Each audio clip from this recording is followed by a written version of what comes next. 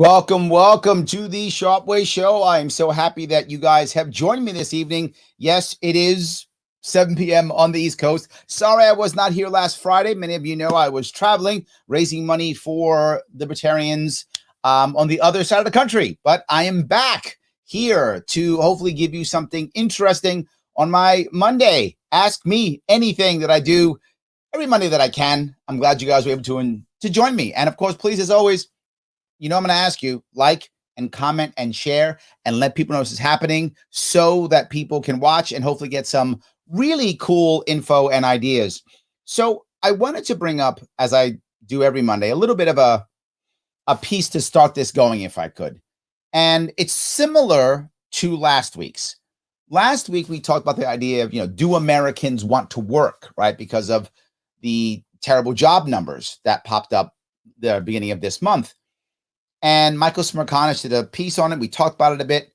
Now the idea is it a work ethic issue?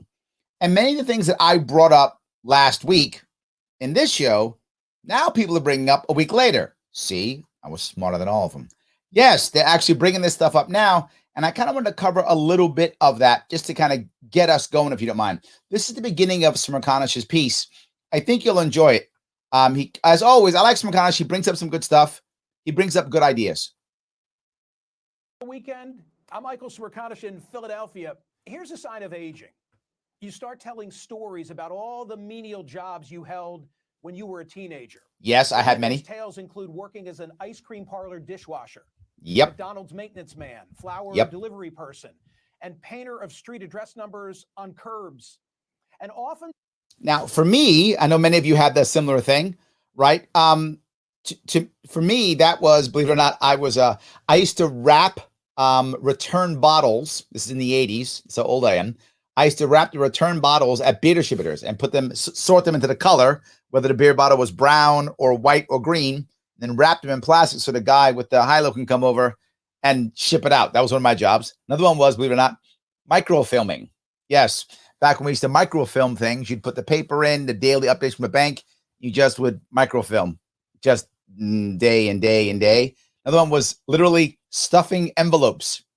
Yes, I used to stuff checks into envelopes. I know it's a crazy job, but I did it. Yes, the German government pays reparations to Jewish survivors of the Holocaust, and there was a bank in New York that was part of that, sending the checks out, and some of those checks had to go through a special mail back then. There was no FedEx back then. There wasn't that kind of thing back then. So they had to go to special addresses. So those had to be hand stuffed. So I had to hand stuff envelopes with checks. So yes, I've had all of those types of crazy jobs. Absolutely.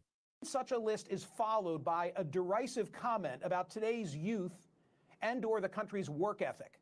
Yep. Only now this perennial right of griping has gained new resonance. Yes. Fierce debate has overtaken the country as to whether America's work ethic is dying. Daniel Henninger asked such a question in his Thursday column for the Wall Street Journal. Yep. His inquiry came on the heels of a recent report that showed a gain of only 266,000 jobs last month. So we know this already. We know that this was happening already, right? We know this was happening. The question is, why, right? Why? Is it that Americans don't want to work? Is it the extra money? That was the thing we talked about last week.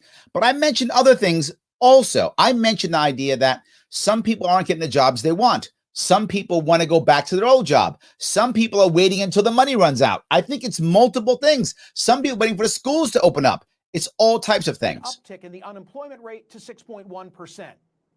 Here's another sign of the times. Near me, a Wawa advertising. Look at this one. $800 to join the family. I brought this up again. If you start giving people $800 to join or $500 to join, what are the people they're going to think? And then how long do they stay? Wouldn't you just want to pay them more? This is really a problem. $100 signing bonus for new hires who are vaccinated. Many small business owners, they claim they can't find employees. Can't find them. Competition they face from the government's offer of enhanced unemployment benefits, which had been $600 per week. Again, making lots of money. We know this already. This is the issue we're talking about. How bad is this, right? Is it that or is it something else? Several state governors agree. So far, 16 GOP-led states have announced plans to cut benefits. Now, this is not as easy as you might think it is. Arkansas, Georgia, Idaho, Iowa, Montana.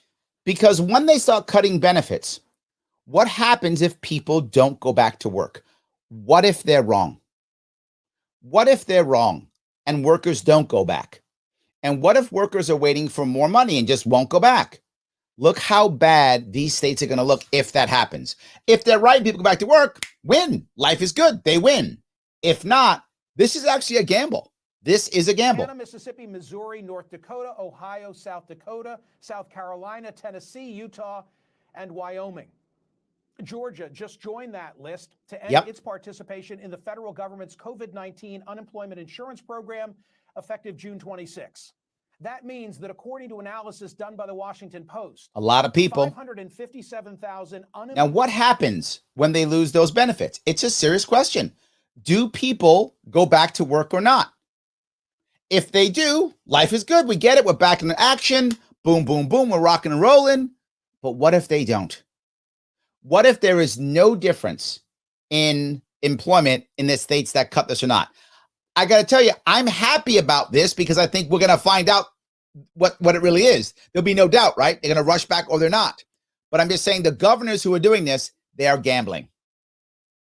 Is paying people to stay home. The president has said that the enhanced benefits have made no measurable impact. That's what he says. Worker shortage. This week, he reinforced that individuals receiving benefits. Now, he is the only guy saying this, right? You think it's just him saying it. He isn't. There's another guy who's saying a similar thing. Let me show you this guy. He's on the president's side, right? He's actually on it's a guy named Scott Galloway. This guy is on the president. He's like, yep, president's right 100%. And he's a smart guy from someplace. I don't believe so, Michael. I think Mr. Henninger's thesis that extending and expanding unemployment benefits would logically dampen the desire to go back to work. But the issue is there's no evidence that supports that.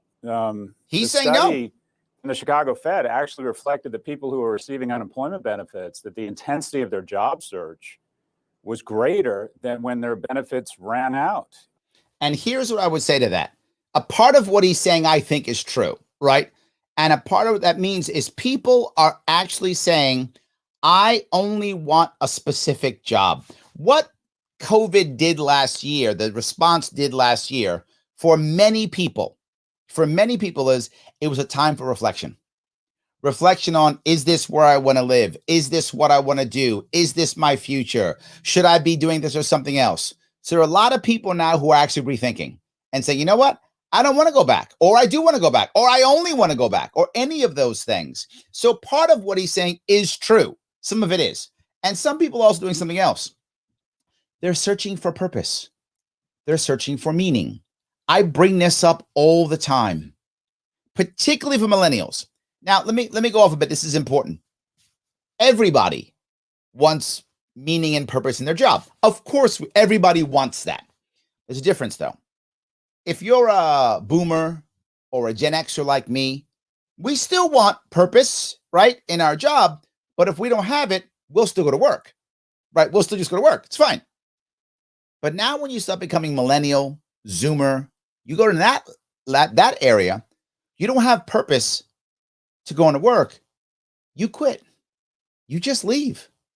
You don't mind going back home and live with mom or dad. You don't mind having 6 roommates. You don't mind having just a laptop and your pillow and you're good and you walk away.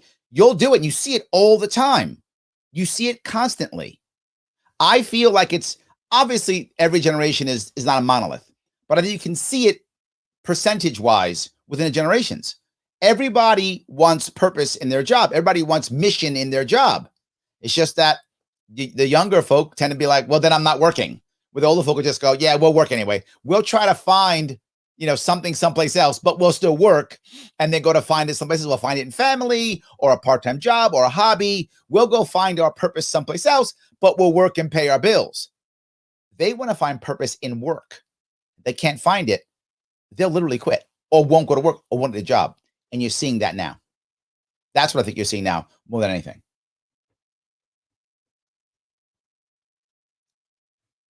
Hold on. Let me give you a piece of this that's that's interesting. He's going to give you some extra data here that I think is interesting also. It isn't just the fact that it's youngsters. It's also the fact that who's being affected. Well, the interesting thing in the data here, Michael, is if you look at the quarter of a million jobs added, all of those jobs were added for men. There was actually net job loss for women. And I think that what that tells us is that when 50% of our schools are closed down, that remote learning as Latin for mom is now responsible for teaching the kids. Now, that's a joke, he says, but it's true. Still, to this day, most people who take care of kids, who do most of it, are still women. So over the job growth, net, women didn't gain any jobs over the, net. Men did, women didn't. As I told you this last year, I said this affects women. This one affected women far more than men. The 2009 crash, that hurt men more than women. Women were hurt by percentage. Men were hurt worse. This one, women are hurt worse. It's obvious. I've been saying it for a year, and people seem to not hear what I'm saying. The more we lock down, the more we hurt women. The more we lock down, the more we hurt working women, right? Working poor. We hurt them more than we hurt anybody else. If you're a wealthy woman, the odds are you're wealthy. So either you have a partner or a spouse who's also making money, or if you're wealthy, you have enough money saved away, or maybe you already have tutors or something because you're wealthy. You can withstand this a whole lot better if you're a wealthy woman than you can if you're a poor or middle-class woman. You're a poor woman, you're in trouble. You're a middle-class woman, you're actually in worst case because now you're having to fall down the rung. If you were already in the bottom, you don't have as far to fall. Still hurts, don't get me wrong. Still hurts. I've been at the bottom. Still hurts. But when you're in the middle, it hurts more. But when you're wealthy, it hardly hurts at all. And then on the other side of the equation, on the other side of this trade, imagine being a worker in one of these jobs for the last 12 months. You not only have to deal with your own mask, you have to deal with other people refusing to mask. You deal with a more dangerous workplace. This is not a valid. So in sum, since 2009, the NASDAQ has quadrupled. CEO pay has gone from 50 times the average worker's earnings to 300, and the minimum wage has exploded from 725 to 725. It's not that people. Now, this is exactly, he is literally showing the ammunition that people have for increasing the minimum wage. And this is good data, and it works. And it makes people who don't like the minimum wage look bad. His data is accurate data. Now he's throwing it into COVID, which is not the right place, and he's spinning it and putting this stuff in here. People aren't not working because they're afraid. That's not an issue. You're getting vaccinated, you'll be fine. People aren't seeking work. It's that work no longer works for a lot of people. That's accurate, though. Yes, that's accurate. So he also said something that I wanted to put up on the screen and run past you, Professor Galloway, because I consider you to be such a tech-savvy guy. Web-based tech companies have seen for years that the line between work and play is fading. This is critical. Guys sitting at See that? The line between work and play is fading. Is that what I was talking about? And if you're my age or older, maybe a little bit younger, it was pretty clear in general that work was work and play was play. That's what you did. You worked to make cash and to pay your bills. And if you had fun and loved it, awesome, great bonus. Love that. If you don't love it, it's fine. You still work, pay your bills, and then you take some of that money you got from working and you go play in the things that you enjoy and it gives you purpose. It was pretty clear. Today's world, not so much. home used Reddit and Robinhood to play the stock market over GameStop, first as a diversion, then as a substitute for work. Yes. On Saturday Night Live last weekend, Elon Musk said Dogecoin, originally conceived as a joke, was a hustle. Investors are playing with it anyway. More. Yes, indeed. You are finding people, and I brought this up again last year too. When you have people stop going off to work and not having purpose for a year, they will find other things to do. They will find other purposes. It's a whole lot more fun to go on Robinhood and Reddit and think you're going to be able to make $1 bazillion, or you're going to take down the bad guys with some awesome purpose, than go work at a retail store. Of course. Why wouldn't you? Of this idea that the youth today are different. You teach them, they listen to your podcast. They are different. How do you respond? I think there is a danger, especially among young men. Yes. They're spending too much time day trading. 80 to 95% of day traders lose money. But I don't think, I think that at the end of the day, if you want more workers into the workforce, you got to pay them more. And when you talk about, see, that's the issue where he messes this up. He messes this up. He goes, if you want more workers, you got to pay them more. But it isn't only about the pay. Now, to be forward, it is about pay, but not only about pay. I want to make sure that's clear. Data has shown a bazillion times over that people tend to judge their own income and their own wages by two factors. One, they by their peer group. Number one, right? Who they feel they're in the right peer group with. And then two, if they make enough money compared to other people doing that similar job, right? Those are the two things that we tend to compare ourselves to. So if I'm in a job and I'm making $30,000 a year and people around me who do the same job are making 40, I'm unhappy. Doesn't matter if that's paying my bills or not, I'm unhappy. I want what the other will get. That seems fair to me. Or the reverse. If people around me are having a better lifestyle than I'm having, will I start getting upset because I want a lifestyle like the people around my friends and family. If I can't have a lifestyle like that, I become unhappy. But generally speaking, if I get that number to where I feel like I'm fair to others doing the same type of work I'm doing, it doesn't be more close. And in addition to that, I'm having a lifestyle similar to people around me. I tend to be pretty satisfied. That doesn't make me connected, though. That makes me satisfied. Throwing more money on top of that doesn't make me extra satisfied. Now, I'm not saying I won't like it. Of course I'll like it. Everybody likes more money. So of course I'd like it, but I'm not more satisfied. Giving me more money just makes more people just make me want to get more money later. You give me more money now, 6 months later, I'm unhappy. I want another, raise. And then 6 months later, another raise. I keep wanting a raise forever because what hasn't been filled is the meaning and the purpose. That hasn't been filled. Fill that. And now I have enough money to satisfy those two needs, lifestyle of those around me and fair within my industry, and then give me meaning. I'm pretty good. That's how I start to become happy, right? That's the issue. That's how workers begin to tend to be happy. Now, of course, you want to have a safe and all that kind of stuff too. But those are the two pieces that I really want you to think about. He doesn't talk about that, but he just did. He just said, well, you need to care about this and care about that. And then he said, give them more money. You also have to give them purpose. And purpose doesn't have to be save the world. If you ever watch the youngsters want to jump onto any type of job, and when I say youngsters, I mean people say under 30. That's how I decide someone who's young. My age, right? My age is always average. Whatever my age is the regular age. And then I go up or down. You're old. If you're 20 years older than me, you're old. And if you're 20 years younger than me, you're a youngster. So that will keep moving as I get older, by the way. So that's how I judge them. So I'm in my 50s. If you're in your 30s or less, you're a youngster. So if you're in your 70s or more, you're old. Sorry, that's how I look at things. Any case, what are the jobs they're going for? Those that have a story. It isn't enough to just be, we make shoes, or it has to be, we make shoes and we're trying to make local people have better shoes, or we're changing the world with this thing, or we're doing something that is not just making shoes. And people rush to that. People say, well, the youth don't have any work ethic. It's not true. If you look at the youth work in nonprofits, they work it like there's no tomorrow. They will work it hard because they feel purpose. This is the part that's missing, the purpose part.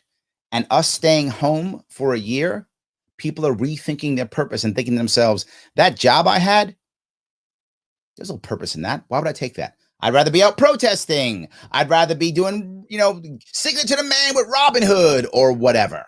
That's where their heads are going.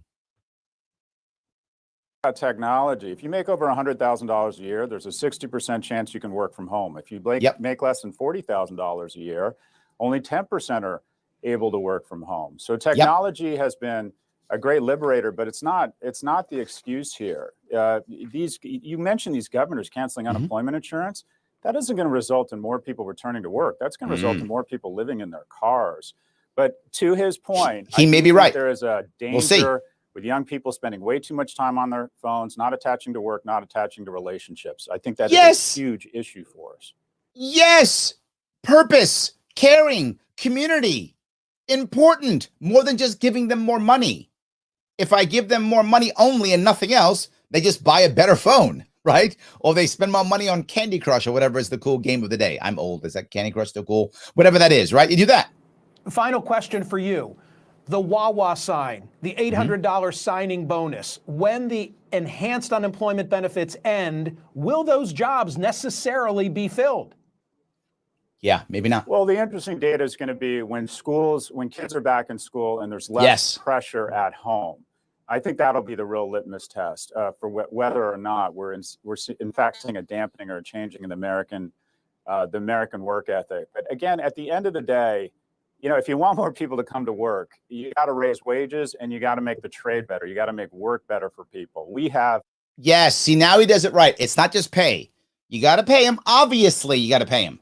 But you also have to make work special and different. You got to make people care. If you want someone to, drive 45 minutes to get yelled at by people, wow. Corporate profits are at an all-time high, and wages have been totally stagnant. In the tension between capital and labor, capital has been kicking the crap out of labor for the last 30 years. It is time, if you want people to work, we need to restore more dignity to work. Well, look, then, you know what? I think he's right. And let me explain what I mean by this. He's right. Labor has been getting its ass kicked. And why has it been in the last 30 years or so? Why has it been? It has been because labor has been thinking and has not realized that labor, just labor, is no longer that valuable. Just labor. That's back in the industrial age that was. We're in a post-industrial age now.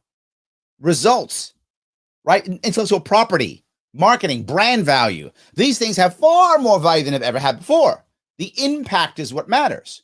And the impact, by the way, is what the individual worker actually wants, right? If you're a worker, you don't just want to go, did my 8 hours, boss, give me money. You'll do it because you want to pay your bills. I get it. But that's not your world where you want to be. You want to see that you made impact in some way, shape, or form.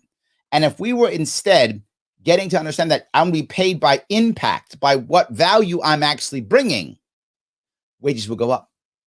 Wages will go up. Think about it. Do you want to pay for someone's time, or do you want to pay for results?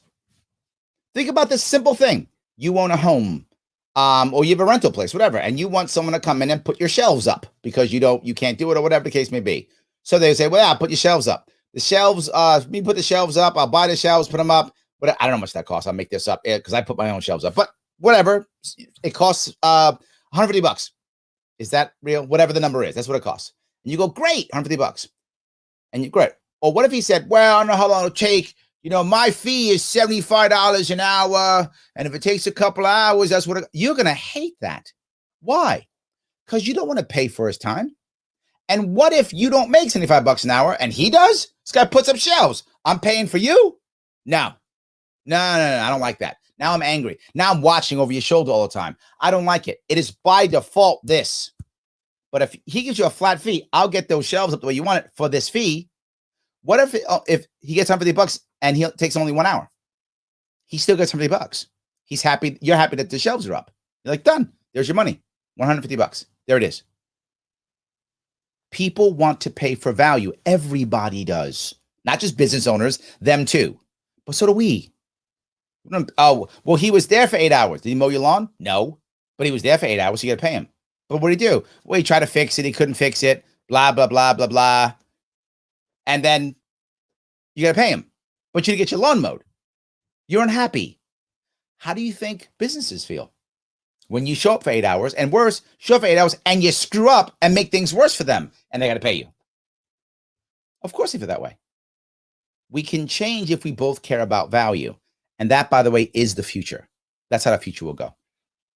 I hope that was interesting for you guys. I'm gonna grab a couple of questions. We'll see how these go. Brian says, the worker shortage is so bad that long-haired, freaky people are encouraged to apply.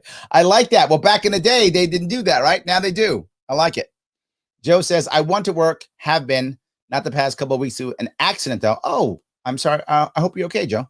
I actually want to get back to work. Good for you, man. I think a lot of people do. And of course, Pete chimes in, $28 trillion national debt.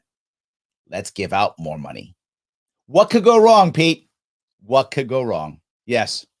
So All right. Let's see if I can keep doing this. Jimmy says new workers that are vaccinated. What about HIPAA laws? They haven't thought of this, Jimmy. This is why I think we're actually going to be okay with this vax, no vax thing.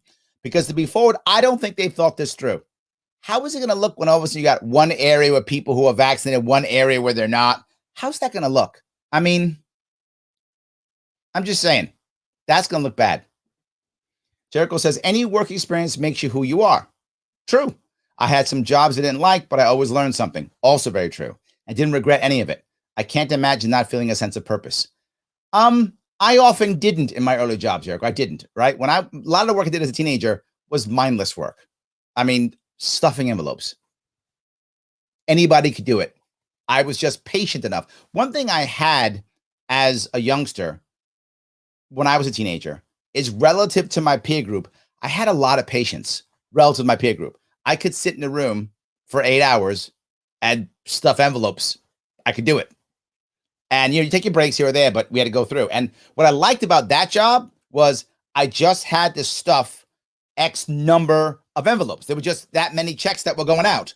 So I got paid by the day, no more than 2 days. And I got paid by the day. So if I got it done in 2 days, I got 2 days of pay. If I could rush it and get done early, or I could sit around and screw around and do the full 2 days. Went to a third day, I didn't get paid, right? 2 days. So I just sat there and I stuffed checks. I had 2 other people with me. It was a job, right? It's how it worked. And that microfilming, I was literally just putting a thing, pressing a button and watching it. Oh, that one's done. Put another one in, press a button and watch. So there was no purpose in the jobs that I had. None.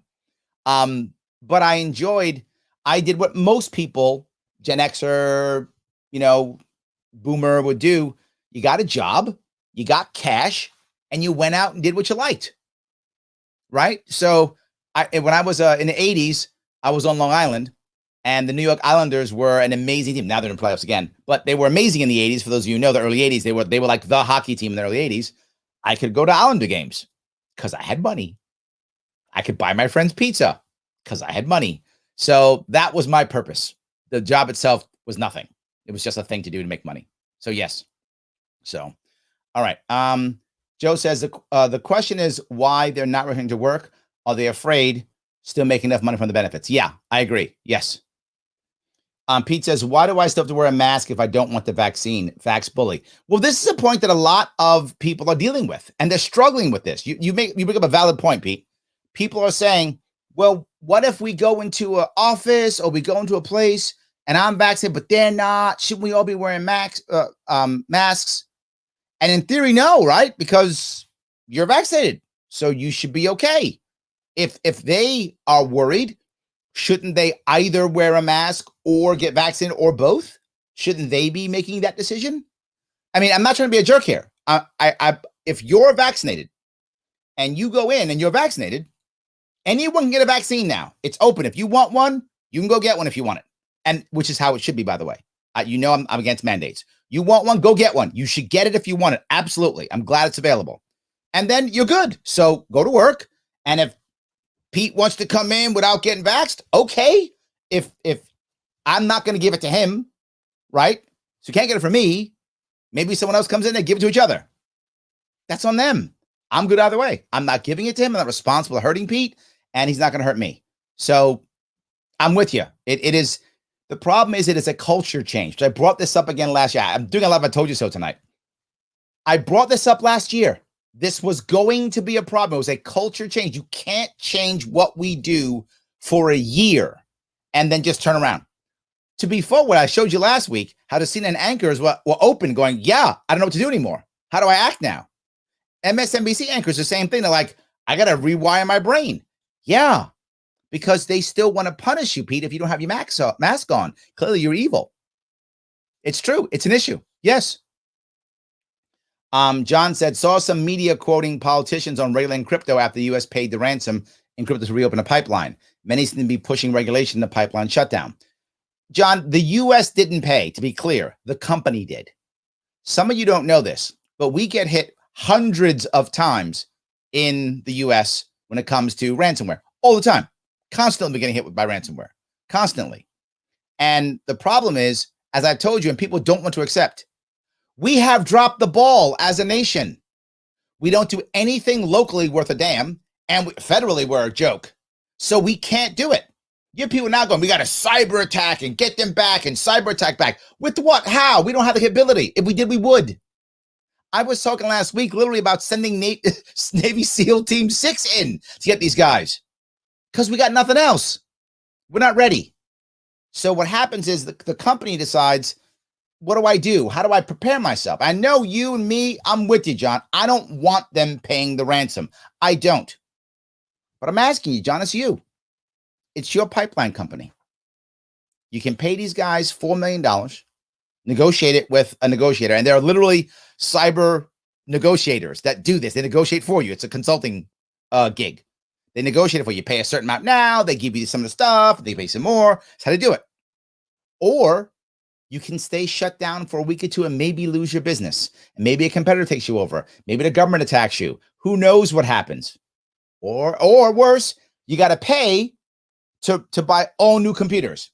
You don't have that cash right now. You can't get a loan. Maybe you do. Maybe you have an insurance company that has to pay for some of it and orders you. Says if you don't pay the fine, we'll drop your coverage. So pay the fine because it's cheaper for us as insurance to pay that fine of $4 million than to pay the $40 million to reconstitute all your IT. Do it. Would you do it, John? You might. I might too. I'm being forward. I might too. If I'm being told by my consultants, told by my shareholders, told my IT chief, dude, we're screwed. Just pay or we're dead. I might too. I know that sounds terrible. I'm just being forward. Should they? No. Should I? Oh, should you, John? No. Neither one of us should if it's our call. I'm just saying if it's your call, you might. We are sadly defenseless, relatively.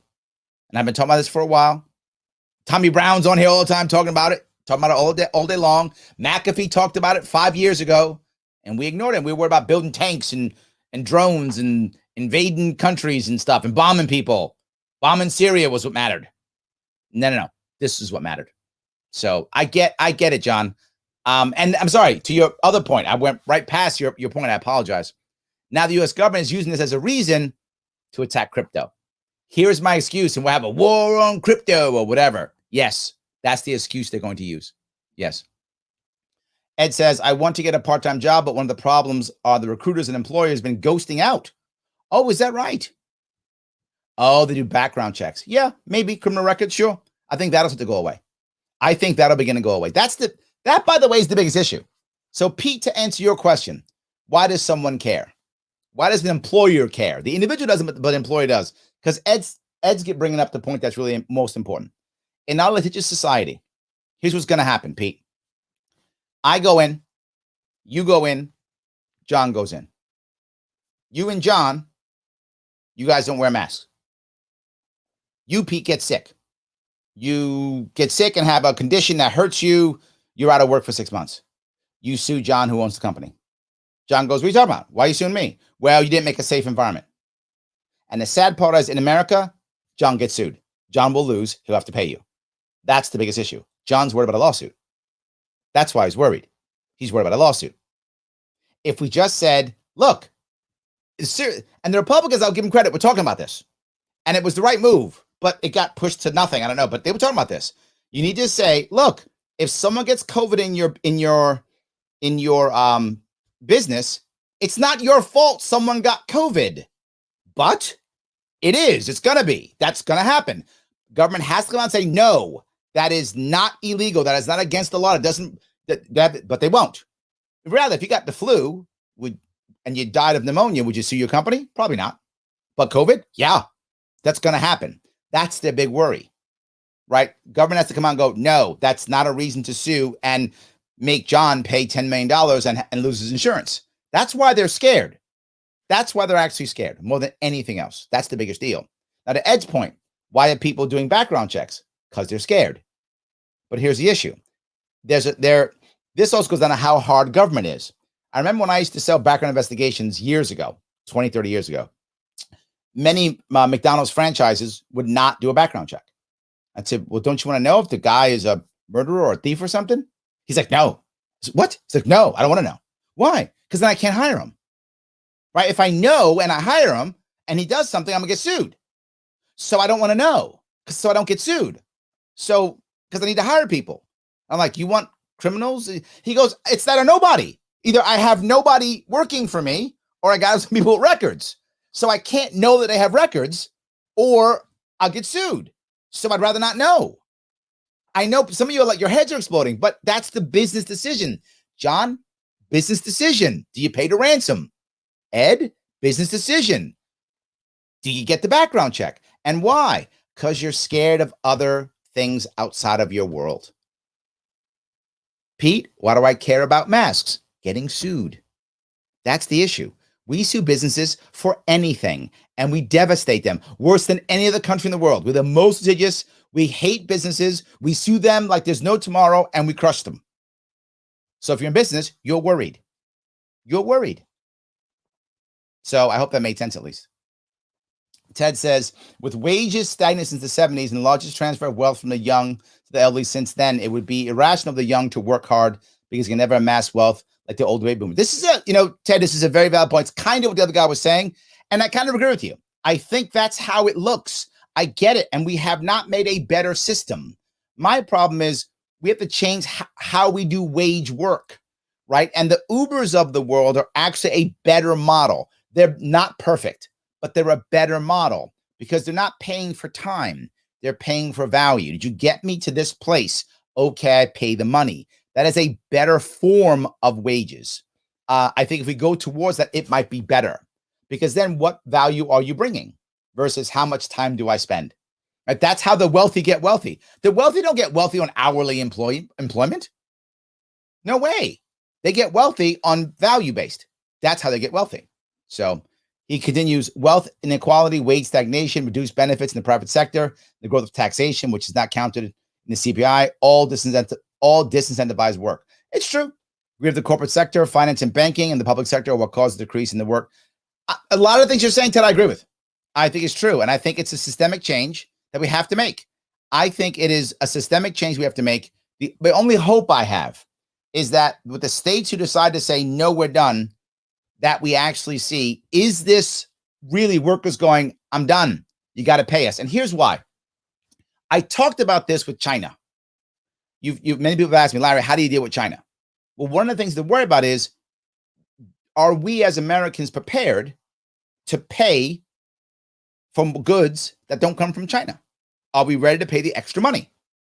And some people go, nah, I don't care. I want my 25-cent crayons. I don't care if you use slave labor. I don't care if Americans don't work. If you're that person, you keep going to Walmart and buying it 25 cents. It's fine. You can if you want to, up to you. But if you do care, you go, wait a minute, I don't want slave labor in China, and I'd like Americans to have some more jobs. Maybe I shouldn't buy all my stuff from China. Similar issue here. Are Americans ready to say, I'll pay the extra money for the hamburger because I want that worker to have, greater pay? The actual entrepreneur doesn't care if the hamburger goes for $2 or $20. All they care is they make enough money. They don't care how much the hamburger sold for. You want to buy it for $2 or $20? Do they make enough money? That's what they care about. Now, if you're saying, yeah, I'll buy a hamburger for $4 instead of $2, or whatever is the amount it'll cost, so he can pay his workers $25 an hour, he'll do it. Of course he would. He doesn't care, whatever. Okay. So we as a culture to change. And to your piece, Ted, this might be our time to do it. This might be a time when we change. And my problem is I don't want government changing us. I want us as a nation making a cultural decision.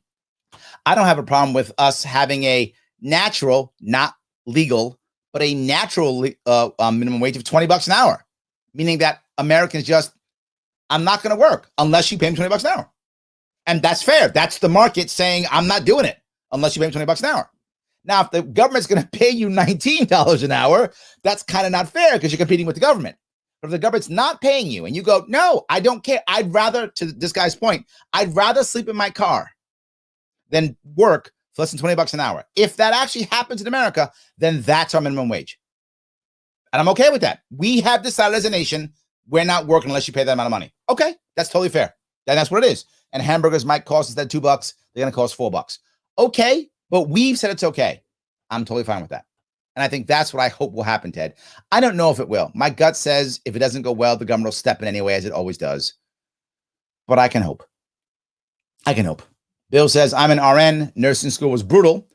And this past year was hell. My taxes shouldn't be subsidized to people who refuse to work. Ooh.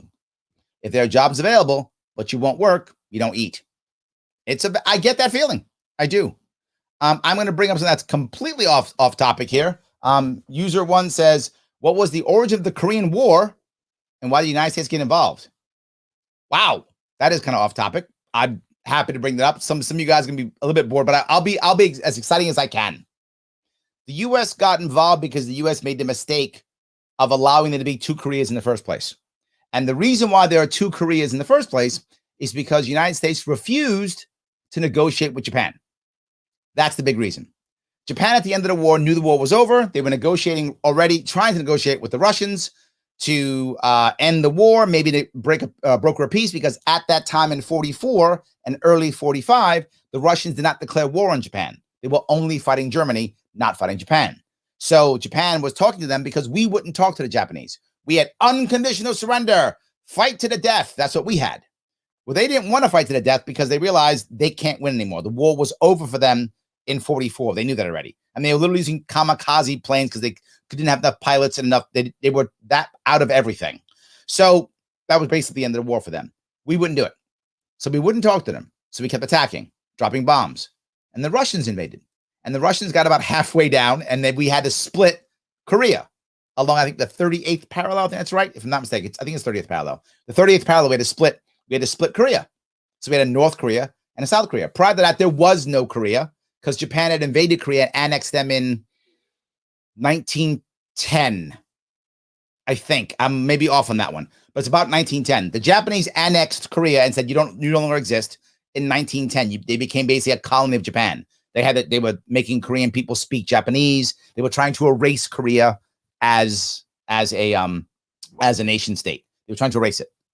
So they basically brought over slave labor to work in Japan as the Japanese soldiers had to fight outside of Japan. They brought Korean slave labor over, all that kind of horrible stuff. So that they were cut in half, basically. So they're cut in half. The communist side supports the North. We support the South.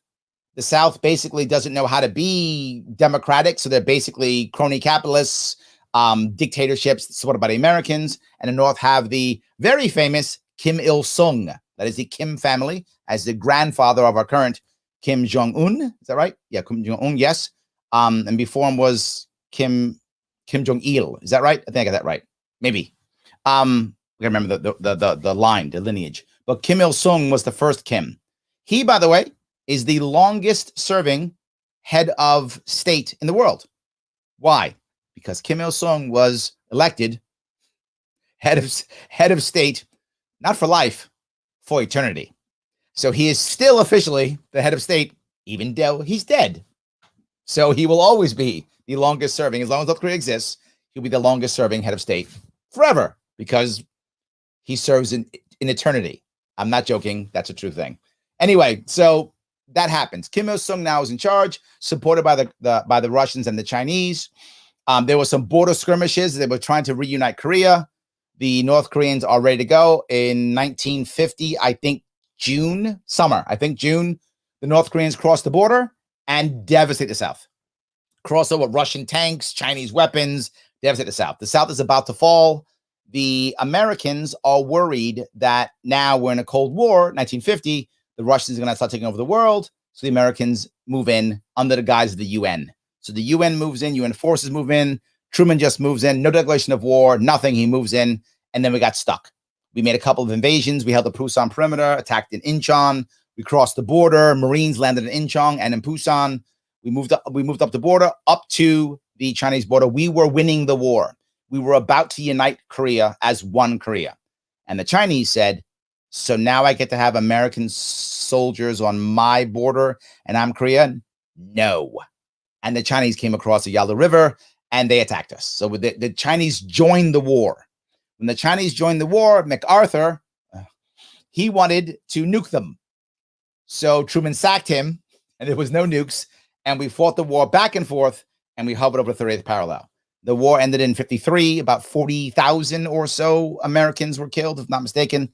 and there was no peace treaty. In fact, it's still officially a war now. There was simply a ceasefire. The war never ended. It is still in existence. The war still is going on officially.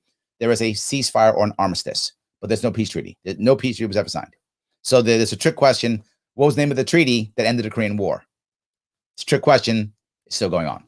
So we got involved because we were afraid the Russians were going to take over. The Chinese got involved because they didn't want American troops on their border, which is why the Chinese support a North Korean state. It is a buffer state. If we want to unite the Koreas, we have to leave South Korea. Then the Chinese will allow Korea to exist without American soldiers there. That's why they're there. We got in. The whole thing started because we wouldn't talk to the Japanese. There should not have been two Koreas. We could have ended the war without the Russians declaring war, in which case they would have never moved into Manchuria. They would have never moved into North Korea. There would be one Korea. It would be an anti-Japanese Korea right now. Maybe now it wouldn't, but then it would have been. Hope that answers your question. I'm sorry, I went long on that, but you ask me anything. So I hope I answered that question. Let's see if I can grab a couple more of these down here. I'll try to stay back on, but if not, this is AMA, so I will ask whatever. Marlo's watching from Belize. Yes, thank you. By the way, many of you may not know this. Belize is the only native English-speaking country in South America, if I'm not mistaken. In Central America? No, Central America. Sorry, not South America. Belize is officially North America. Central America. It's the only English-speaking country there. So there we go. Good for you. Chrissy says, Larry, I thought I secured a job as a government contractor. I was in the middle of a background check, and they called me and said they can't hire me due to business change. Wow. That sucks. That sucks. Sorry to hear that. Last Giraffe says, I really appreciate Michael Smerconish, fairest and most objective political commentator of any cable news network. I actually would agree. I would absolutely agree. Smerconish is someone who, this is something that's very special. He literally in the past has co-hosted a show on CNN and Fox News in the same week. Both sides brought him on to guest host a show. Not too shabby. Very few people could say that. Malik says, last Monday, I asked for tips on starting a podcast and applied your advice. Having my second show this Wednesday. Awesome. Good for you. Let me know if you want me to come on. I'm happy to help you out. Love that. Awesome. There we go.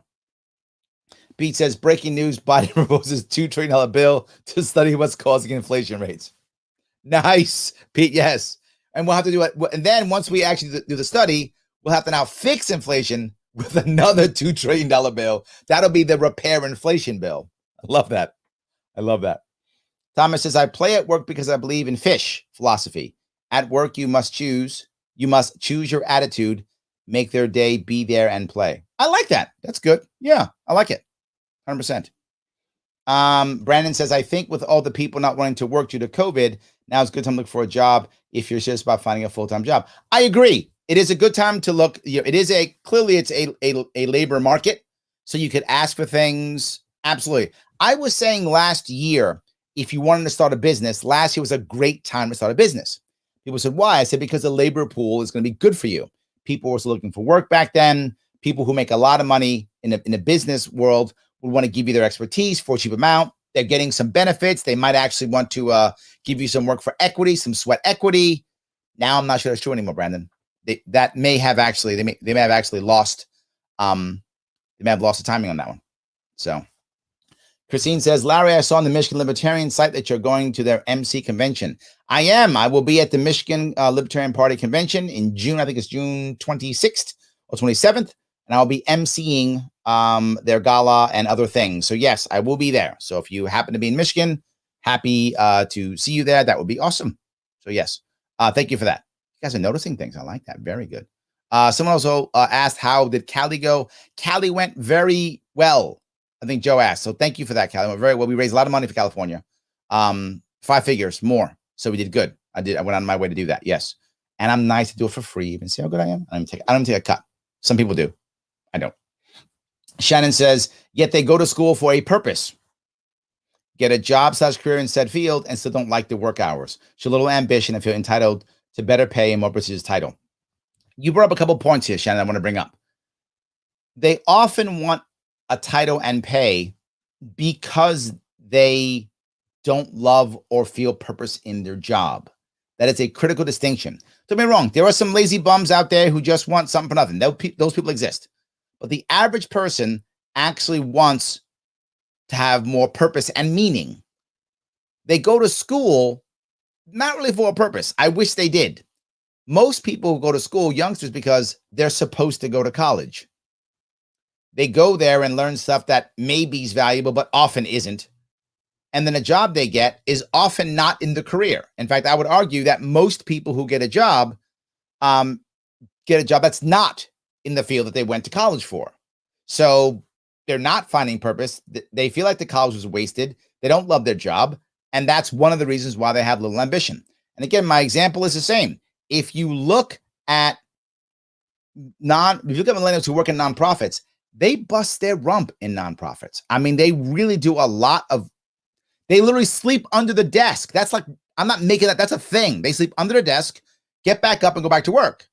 You know, you'd wish they go home and shower, but they do that. This is why the places like Google and such will have places in the office for people to stay and sleep and take naps and play and eat, because they would want the millennials to never leave. And some of them don't. So they can work hard. The purpose is the issue. If there's no purpose, they give you nothing. So yes. Malik says, are you on Clubhouse? I am, but I need to go on with Android now, because now it's Android. So maybe I'll do that. So yeah, I'm not a huge Clubhouse fan, but I guess I should do more of it. Did Larry just do a New York accent? Yes, I should be able to, huh? Hope so. Sam says, I have 2 master's degrees and can't find a job in my field. There we go. Shannon, see? Sam's got my back. Thank you, Sam. A lot of people like me can't get the job right, so they gamble on stocks/coin because US dollar is worthless, and so is working a minimum wage job. Yes, yes, and yes, Sam. Yes, yes, yes, and yes. Nothing but yes on that one. 100%. Yes. So, Joe says, I pay my patreon.com/Sharpe every month. Thank you, Joe. Regardless of how much time on the job, Larry, the content's always great. See that? Joe's got my back. I appreciate that, guys. And if you want to support like Joe does, do me a favor. Head over to patreon.com/Sharpe. If you like the stuff I'm bringing, if it's making sense to you, if it's giving you some value, then support it.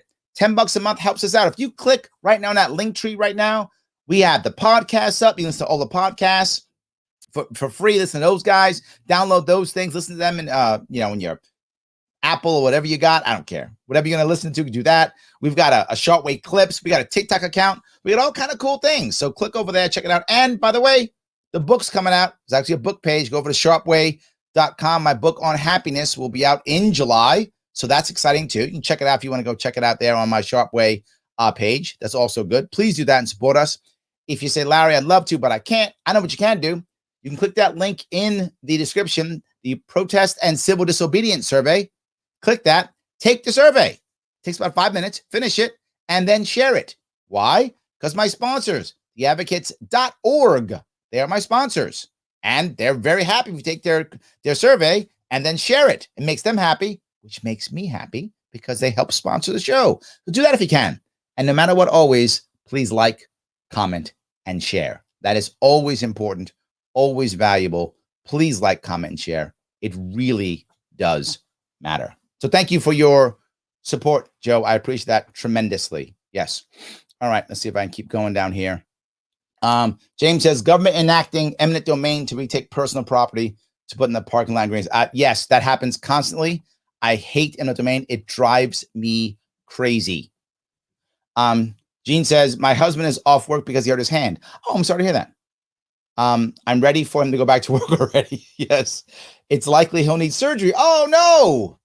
That means he's going to be out even more with recovery, right? I mean, you don't get surgery in your hand and all of a sudden you're back to work. So now he's out for a while. He's probably going crazy. You better get him something to do. Give him some purpose. He's going to be in your house going crazy, right? Of course. So I'm sorry to hear that. I hope he recovers quickly. So yes. All right. See if I can grab this. Lassie Giraffe says, great analysis. Libertarians will get so much farther if we embrace labor interest and showed more concern for the working poor. Yes, absolutely. Capital and especially lender interests are privileged by the state without question. And they have been centuries, decades, I don't know, a long time they have been, and we haven't changed anything. So yes. Chelsea says, how are they going to enforce not wearing a mask? Can they require proof of vaccination? At the moment, no, but they probably can, right? They probably could. The problem again becomes, are you going to start? Will people try it? I think yes, Chelsea. I think it's going to happen. And then I think it's going to stop really quickly. do you want to be the guy or gal at the front door going, papers? Papers? Do you want to be that person? Somebody will do it, but man, what a bad look. And then when I know you're doing papers, do I want to go there? Do I want the press talking about it? I just think it's going to be a terrible look. That's what I think. A terrible look. I'm going to go to a Islanders game and I'm going to see, vaccinated people here, non-vaccinated people here. I just think it's a terrible look. I think it's going to last for a short time and then go away. I could be wrong, but I think it's going to go away. That's my view. Shannon says the whole mask/vax thing is becoming a reprogramming of being programmed. It's going to be hard for a lot of people. Yeah, you're right, Shannon. It is. It's people changing. It's a year, right? If this really was, 2 weeks to flatten the curve, if that was real, I think most Americans would have been okay with it. But in the long run, I think that actually would have been worse because it would have said the government gets to shut you down. I mean, we still got it, but now people are fighting at least, I guess. So, yeah, absolutely. All right, so if I can grab this, yeah. Michael says, I have been scolded, yelled at, and given the stare of death from absolute strangers for not wearing a mask. I've been told to leave stores. It's the hatred and the crazy leftist eyes. It's funny. I'm not sure that's funny, Michael. I don't like that at all. I'm not happy about that at all, but I get it. Look, I live in New York City. I get it. People are upset. I bring a mask in my pocket wherever I go because some people want me to wear a mask. So wear a mask, right? You want me to wear a mask? Wear a mask. It's fine. When I was at the convention, the funny part, I was in California at the conventions. I mean, almost no one was wearing a mask. Only the staff was wearing masks. All the staff had to, but most of the people there, some were, but a lot weren't. But I still had it in my pocket. There were some people who wanted me to mask up. When I met them, I did. Some still want to do elbow bumps. Look, I don't know your medical history. I don't know who you got at home. So if you want me to wear a mask, I will. But I do it only because you asked me. I'm happy to do it when you ask. 100%.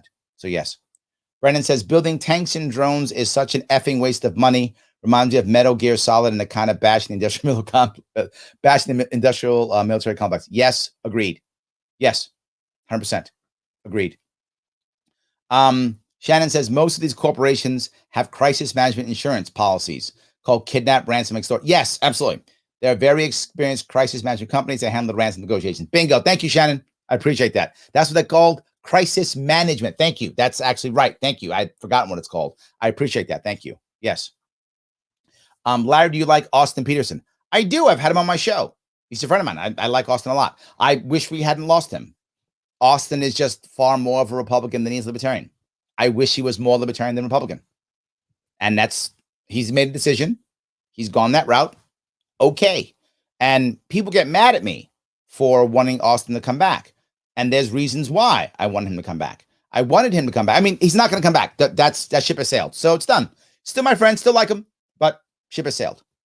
If the Republican Party was more like him, it'd be a better Republican Party. That's what I would tell you. It'd be a better Republican Party if it was more like him. But he's decided that that's the place to go. Okay. What are you going to do? Because he's fearless. And we need more of that. He's a good debater. He's fearless. He'll take on big challenges. We need more people like that. Not that we don't have people like that, but we need more of them, right? And he was another one of our larger warriors that could have taken on big things. He could do a statewide race. How many libertarians can do a real statewide race? I mean, raise 6 figures. How many libertarians can raise 6 figures? Very few could do that. He was not afraid to debate on a main stage. A lot of libertarians would collapse and break on that. Not him. So we've lost him. I get it. Still like him. Still my friend. He's decided he's more Republican than libertarian. What are you going to do?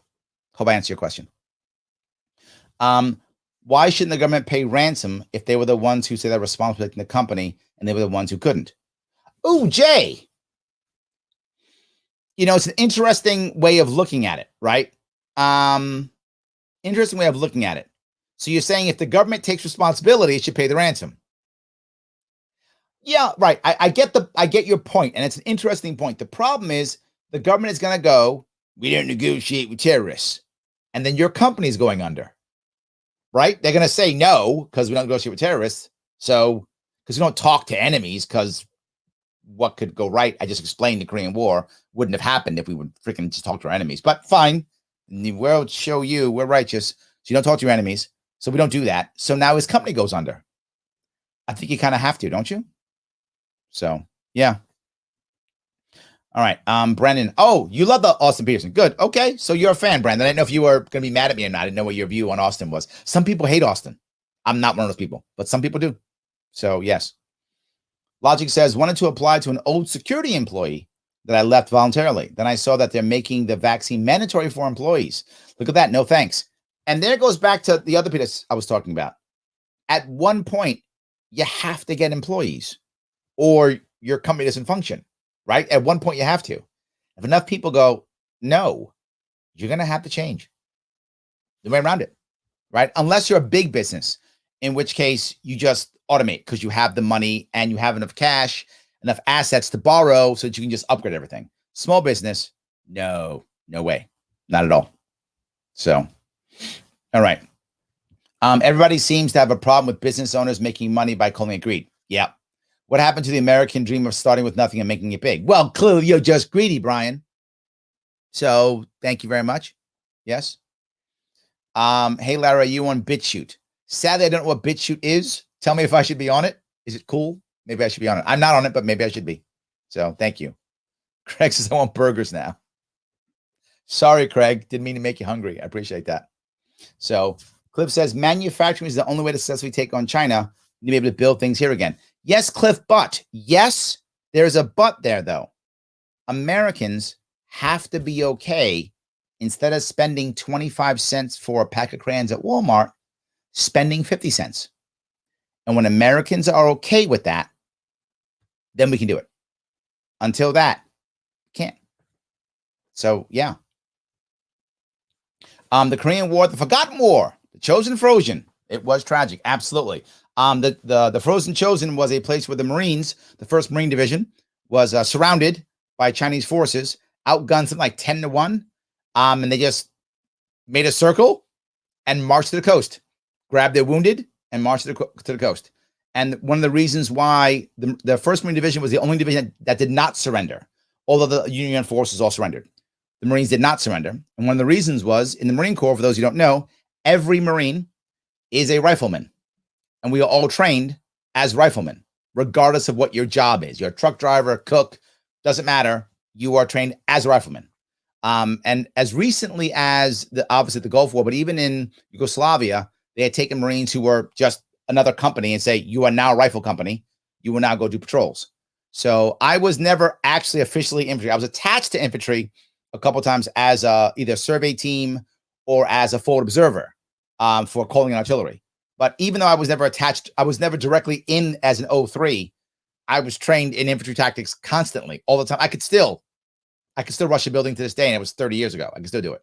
And as a rifleman, I can still shoot. Expert shot. I was a multiple award expert shot. I could still shoot. Now it's years ago. So my wife had to shoot in like 20 minutes. So we're all taught that. So when the S hit the fan, the Marines got together and just moved to the coast. And that's the Frozen Chosen. So thank you for that, Paul. I appreciate that. Yes. David says, we got involved with Korea because the U.S. said that South Korea was not in the defense perimeter until it was. So North Korea decided to invade South Korea. Yeah, I think this is a valid point, David. North Korea didn't think that what they were doing was an invasion.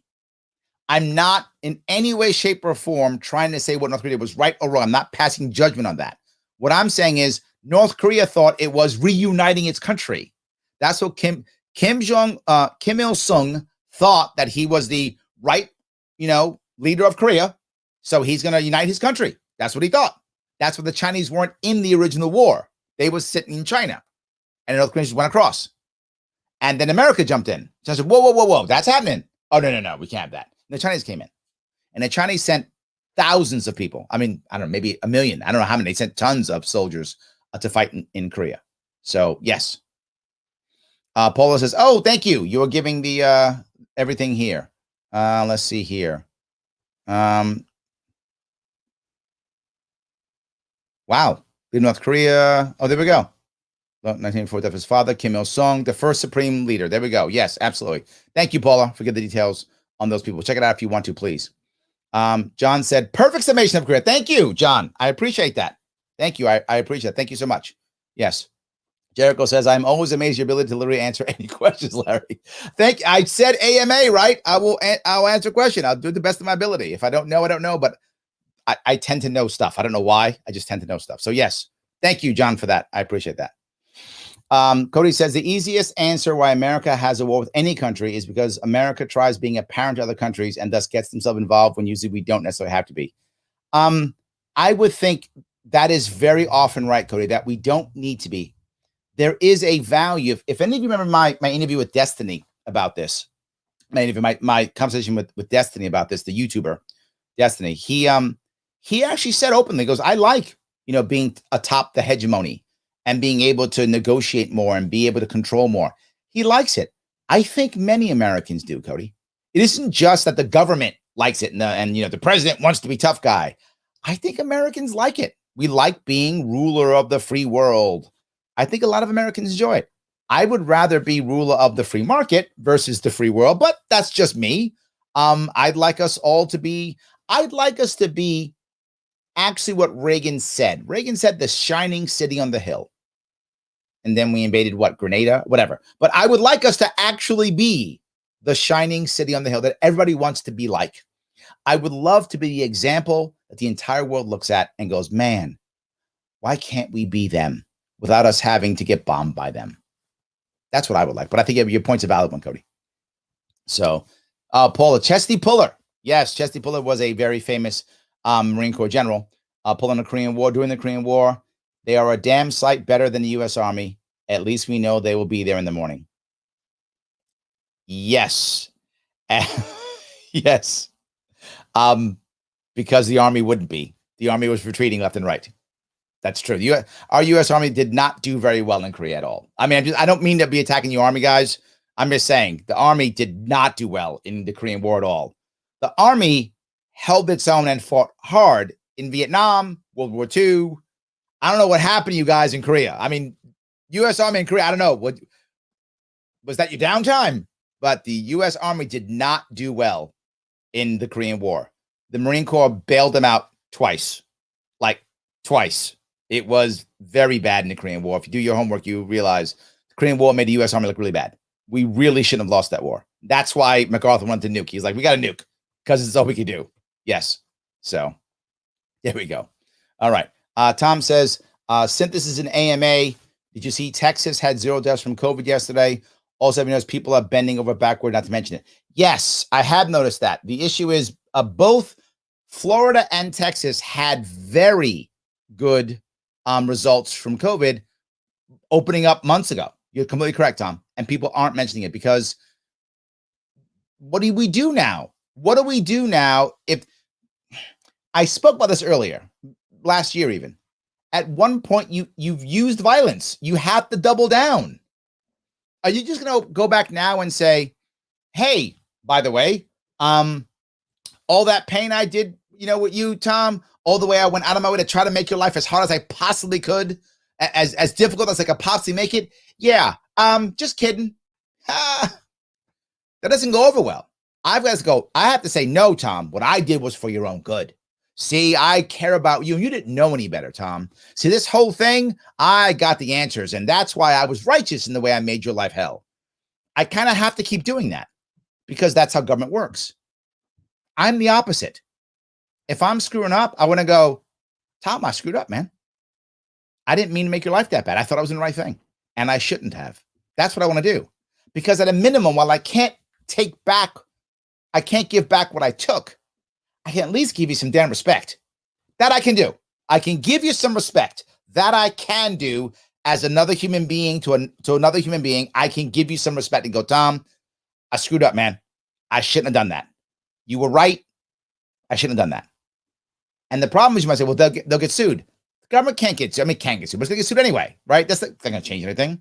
The individuals don't want to take it because now they look bad. We're now in a world where everyone has to double down. And the idea of someone actually saying, man, I'm sorry. You almost never hear it. So yeah, Tom, I've heard that. I see it. I knew it was true back then. I mentioned it. I knew it back then. It was true. If we would have started this back in March of last year, February, March of last year, we would have been past this by the end of the summer. We would have had a much better fall, a much better winter. But what are you going to do? What are you going to do? Tom says, Mr. Sharpe, why haven't you become governor of New York? Yeah, we need you. Thank you, Tom. I need more New Yorkers to believe that, right? Sadly, not enough New Yorkers believe that. I hope more will. Yes. So the school system shoving people into college instead of trade school has not helped anyone. Cliff, I cannot, I talk about that all the time. Yes, 100%. That was why my entire school program was about that. Yes. Yes. Banks are great at giving titles to jobs. Yes. First assistant vice chief teller. This is true. You're right. They do. And the reason why, those who don't realize this, retail banking has taken a massive hit since the year 1999 when Glass-Steagall was ended. Retail banking has been a disaster. And a lot of you go to retail bank, try to find the same banker there after 2-3 years. Tough. Their job is all about hustle, hustle, hustle, hustle, sell product, open account, sell product, open account, sell product, open account. They're not about helping you. They're about selling you stuff. And if they don't sell you stuff, they get in trouble and they get pressure. So how do you get some youngster to deal with the pressure? You make them feel good with a cool title. That's how they keep them there longer. Cool titles. We love Clubhouse. I hope you give it more of a chance. All right, fine. I'm going to write it down now. We'll do some Clubhousing. Fine, you win. All right, Shamrocker, you win. I'll do some Clubhousing. Maybe I'll start next week or the week after. I used to do a Clubhouse every Wednesday, and people didn't want to go. So maybe I'll go. Maybe I'll jump into other people's places. Maybe I'll do that. Maybe I won't do my own Clubhouse. Maybe I'll go into someone else's Clubhouse. How about that? Will that work? I won't do my own. I'll go into someone else's Clubhouse and yap a little bit if they want to hear me. They may not want to. So yes. So all right. Let's see here. Yes, my husband. Yes, you are worth the $25 a month. Thank you, because it got me off cable news in the evening. Oh, thank you so much. Look at that. I can get you off cable news. I appreciate that. Yes. I love that. Paul says, Cuomo fighting for the mask mandates. I can't wait to go into the grocery store tomorrow maskless. Cuomo's a generous God. He is a generous God. It's true. Did he actually lift the mask mandates? There had to be caveats to that. Okay, now I got to watch that. That's another hour of my life I have to lose. All right. So, yes, I've got to watch. I'm sure he had a press conference on it. I must have missed it. I didn't get in from California until this morning at 5:30. So I had very little sleep and I was trying to prepare for this and still do work. So I didn't have a chance to watch that. So I'm going to check it out, Paul. Thank you for that. I'll check that out and see because my gut tells me he said it, but he also did something else to backhand it is my assumption. So we'll see. John says, most of my friends from high school, including myself, went to the military and they got into the trades after, and they're doing better than the ones who went to college. I say that all the time, John. Thank you for that. I say that all the time. You should go to college if the field you want to be in requires college. And that's not a good or a bad thing. It's what you want to be in. If you're like, man, I can't wait to be a lawyer, go to college. That's the right place if you want to be a lawyer. If you go, why the hell would I want to be a lawyer? Why are you going to college? You should be going to college not because some school pushes you. You should be going to college not because your parents push you. You should be going to college not because you'll get a better job if you go to college. No, go to college because what you want to do requires college. I want to be a teacher. Go to college. Doctor. Go to college. That's the right answer. Go to college. You just want to work and you want to build something, part of something. You just want to have a decent career, live your life. Why are you going to college? Unless you want to for some reason, in which case you could go anytime. John could go now if he wanted to. He wants to, learn about English literature. Go to college, man. Enjoy if you want to. But then that would be something you'd want to do because that would be an interest you have. Awesome. College is we use it for exactly the wrong reasons. It's exactly the wrong reasons. He goes on. He says, I'm 35 now and I'm teaching my kids real hands-on skills. Well done. That's going to help them no matter what. The amount of times that I would do stuff around the house and just have my daughter come in and watch me or do it with me all the time, because I don't want my daughters to think they can't do it. Now, if they don't want to do it, that's different, right? But they should never feel they can't do it. They should be like, no, I got problems. I can fix these things if I want to fix them. So I will have my daughters follow me all the time. And I do things in the house, whatever, fix this, change that, even cleaning, doing stuff in the front yard, whatever. I'll have my daughters often around me watching or doing or helping, depending on the situation. So they realize they can do it. It's a wonderful skill. And my daughters may never want to do it. I don't care. They should know how. And they should be comfortable knowing that they can, whether they choose to or not. So yes. He says, I teach them knowledge is power. Yes. And being useful with your hands is more powerful. John, yes, yes, and yes. I got nothing. Nice. Very good. Jericho says, many people used to take pride in their work. Yep. I often wonder if the treatment of unskilled workers as the other or not educated has something to do with their lack of pride and satisfaction. They are often viewed as not good enough because they don't have a college degree. Jericho, I think you're right. I think this kind of goes, this is in line with what John's saying, but not 100%, but it's very close. It's the idea that if you don't go to college, you're somehow not cool. You're not part of the cool kids. You didn't go to college. So you'd rather go to college and be working at Starbucks because you can't find a job versus do something you like and make enough money to sustain yourself. I know a whole lot of college people, 20s, 30s, got roommates. Lots of them. Lots of roommates. I know people who, like John, work with their hands. They don't have roommates. They have an apartment or a house. Yeah, one or two. See it all the time.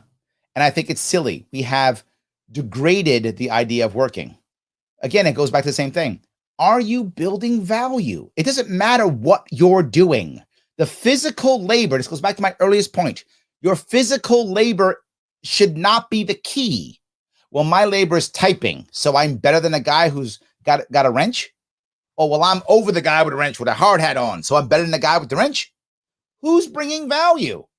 Right? There's an old saying, some of you may have heard it before. I think I might have even said it on this show maybe once.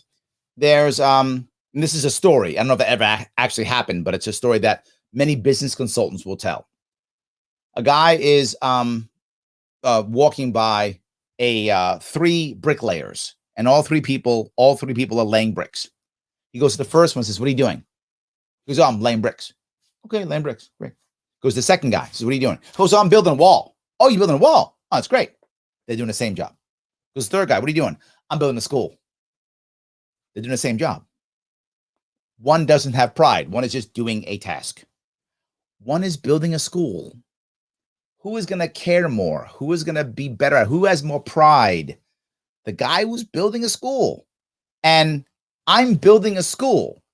Is that more value than, I don't know, I'm typing a memo for somebody. I'm building a website. Depends on what website you're building.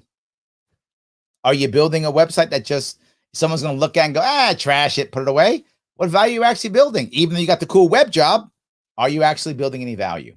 If we would look at what value people are bringing, and we made that what they got their money based upon, that and what they got their prestige based upon, a whole different issue. That's where we have to move towards. It's the right answer. Cody said, I went to college for gaming design and IT. Oh, that's nice. They literally taught me everything I learned there. I could have just Googled or YouTubed for free. Oh, no. And saved every penny instead of going to college. Cody, I'm sorry to hear that. I got to tell you, though, I've heard that more than once. And if there is an advantage of the COVID lockdowns for college, I think it may be that. A lot of people are realizing they're going to college. I did a show on it last week, if you guys noticed, and they're just taking Zoom courses you could take on internet. So why am I paying $40,000 a year? Yes, my daughter now, my oldest daughter, she is, I had her join because she wanted to. I support her in joining and starting a club, a animation club in her high school. So she runs it.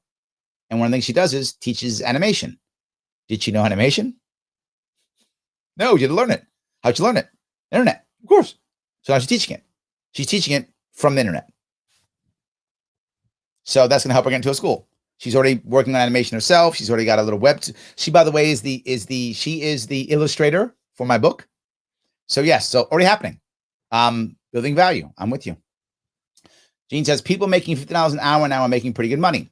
If / when the minimum wage is raised to $50 an hour, then those people will only be making minimum wage. Oh, that's not bad. People making $15 an hour now are making pretty good money. If / when the minimum wage is raised to $50 an hour, then those people will only be making minimum wage. That's true. Good point. Yes. Tim says the issue is that we are pro-poor, but we cannot compete in the world of bribery. Ooh, okay. All the ideas from cutting taxes to individual liberties and ending the war on drugs would help the poor. This is true. They've created, complexes, industrial complexes, to where everyone's making money. So, yeah. AJ says, I wonder what Dick Shotgun Cheney is saying in regards to his daughter being kicked out of Republican position. He probably said bull. That's actually cute. I got to tell you, I'm thoroughly impressed with Cheney just holding her line. I mean, I knew she was finished. I knew that, and she was not helping the party, clearly, or the current party. Right? If the party does go her way, if that does happen, the Republican Party does actually go her way. I don't see it, but if it does, she's the leader. She's the natural leader of it if it does go that way. So it's a good gamble for her if it does work, but I don't see the party going her way at all. I'd be surprised if it goes her way. I mean, I don't think most Republicans want to go back to the Bush-Cheney Republican Party. I think most Republicans support Trump and the MAGA agenda. I think it's obvious they do. I mean, I could be wrong, but I feel like most do. So I think she knew that she was finished. But instead of trying to back off or anything, I actually like the fact that she fought. She's like, no, I'm Cheney, damn it. I'm going to fight to the end. And she did. So kudos to her for fighting to the end. I think she's probably going to lose, coming up here, unless they mess up, right? The issue is, though, she is popular in Wyoming, and they got a lot of money. Actually, never mind. She's going to win. She's going to stay a thorn in the side. That's my call for Liz Cheney. My prediction is she wins in Wyoming and stays a thorn in their side. She becomes the guy or gal who's just going to be. Yeah, she becomes the loyal opposition within the Republican Party. That's what I think happens to her. I think she wins because she has the cash. Wyoming is a relatively small state, well, not by size, but by population, a very small state by population. I think she'll be able to raise enough money and to break up enough the people there to win again. That's my prediction. We'll see. Shannon says no mass in CA, must have been Orange County. No, it was Visalia. We went to Visalia.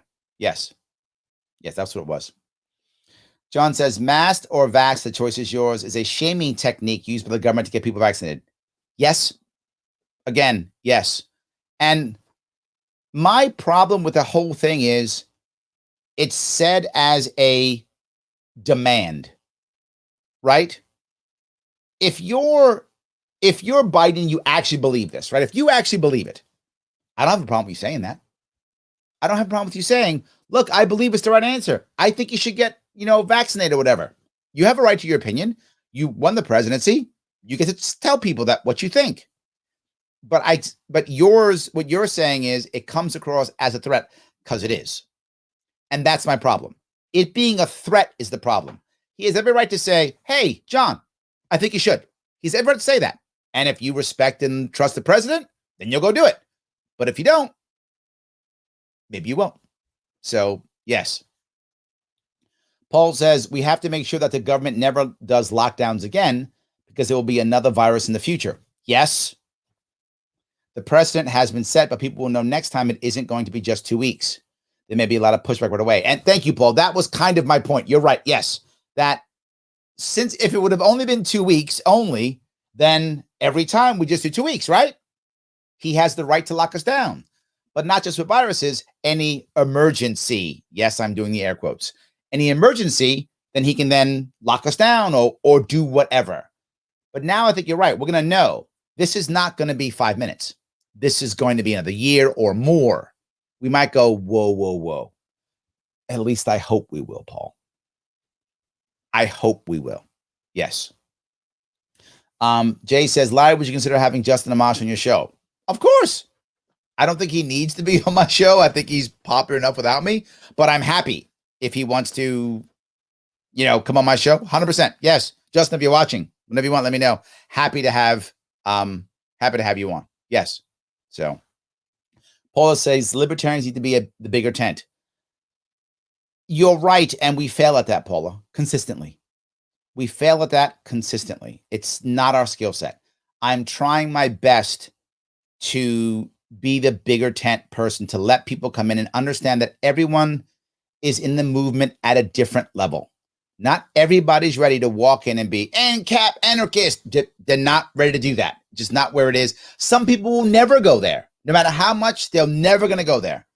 But you can still be part of our movement if you're just literally a minarchist. If you're just someone who says, I want the least amount of government possible. You're still one of us. The problem is there are too many of us. And I don't think I'm including this at all. I go out of my way to not be this way. But there are too many of us who are like, oh, no, you got to be as far as I am in the rabbit hole. If you aren't as far as I am in the rabbit hole, then you're not really a libertarian. Or they have these, pills you just have to accept. Like, you've got to believe that whatever taxation is theft, or you got to believe that, there can be no income tax. You got to believe that this one thing, you have to believe. You don't believe this one thing. And it doesn't even believe, you have to say it out loud and yell it. You're not a libertarian. And I think you're totally right. We have to be more open. Does that mean we just let everybody in? Well, of course not. But does it mean we're open to talking to everybody? Yes. You guys have seen the people I've talked to. I've talked to lots of people who are probably never going to come to us. However, I'm not really talking to them. I'm talking to their audience. And many of their audience has come here. That's happened often. I've spoken to people. The individual never comes over. They're a true believer. But their audience has gone, who are these libertarians? And they come to us. And I would ask you, if you consider yourself, if you self-identify as a libertarian and you're listening or watching, when people want to come to us, remember, most people come to us not because of libertarians, because they're unhappy with what's going on and think we might be a better match. They're not coming because they're libertarian. They're coming because they think we might be a better match. Show them that we are.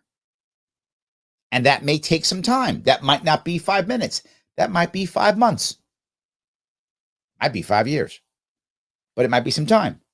The more open you are to talking to them, the more you meet them where they are, the more you show them the way, the better chance they come over.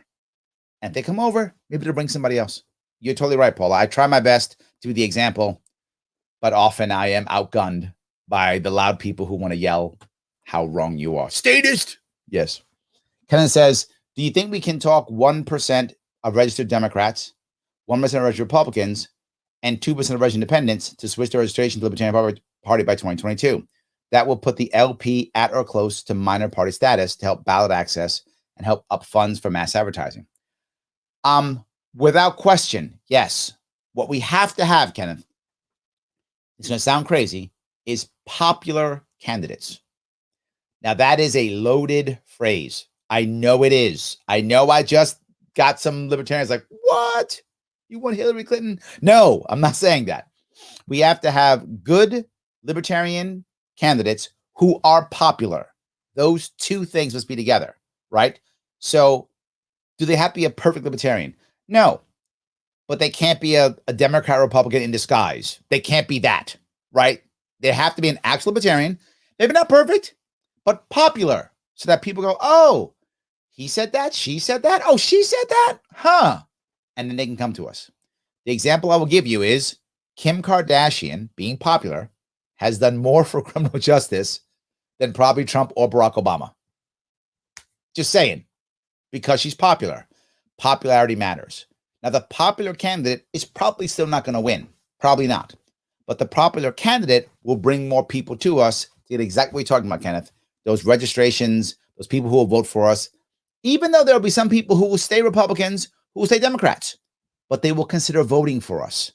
There are a lot of people in New York State who voted for me who never changed their registration. They're still Democrats or still Republicans, and they voted for me. And if I run again, they probably vote for me again. I would hope they change their registration, but many of them won't, and that's okay. I want your vote more than I want your registration. If that makes any sense. I really want your vote far more than I want your registration. So I think yes, but the most important thing, as sad as it sounds, Kenneth, is not anything except popularity. That's the number one thing. Now we have to now find that fine line between good enough libertarian and popularity. That becomes harder, but that's the issue right there. So hope that was helpful. Gene says, at the LPPA convention, for those of you who know, that's Libertarian Party of Pennsylvania, this past week, I was the only one wearing a mask. There we go. A lot of people weren't wearing masks in California either. I wore my mask when someone was wearing a fragrance, which I'm allergic to. Oh, or if someone's cigarette smoke was reaching me. My mask makes me able to breathe around other people. You missed quite a conversation when you went to CA instead of PA. Yeah, I think it's true. But California asked me first. It's the first Pennsylvania convention I've missed in years. I usually go. It's 2 states away from me, so I can just drive there. So it's the first one I've missed in a while. Usually I go there, raise money for people, whatever. That's what I usually do, and I didn't this time. So yeah, it's because they were the same weekend. Otherwise, I would have gone to Pennsylvania. Absolutely would have. We would have seen. There were some fireworks there too. But to your point, right? There were some people that they were sitting down with their mask on. So when I went to them, I put my mask on. Or if I was in an elevator, there were people who were in the hotel who would come in with a mask. I'd literally just put my mask on when I saw them come in. I'm respectful. If you want to, I'm in. So yes. Let's see if I can do this one. Christine said, I went to a restaurant last night that wanted me to sign in for contract tracing. Yes. Very common in New York City. That is very common. Very common. Phone number, name. Yes. Very common. 100%.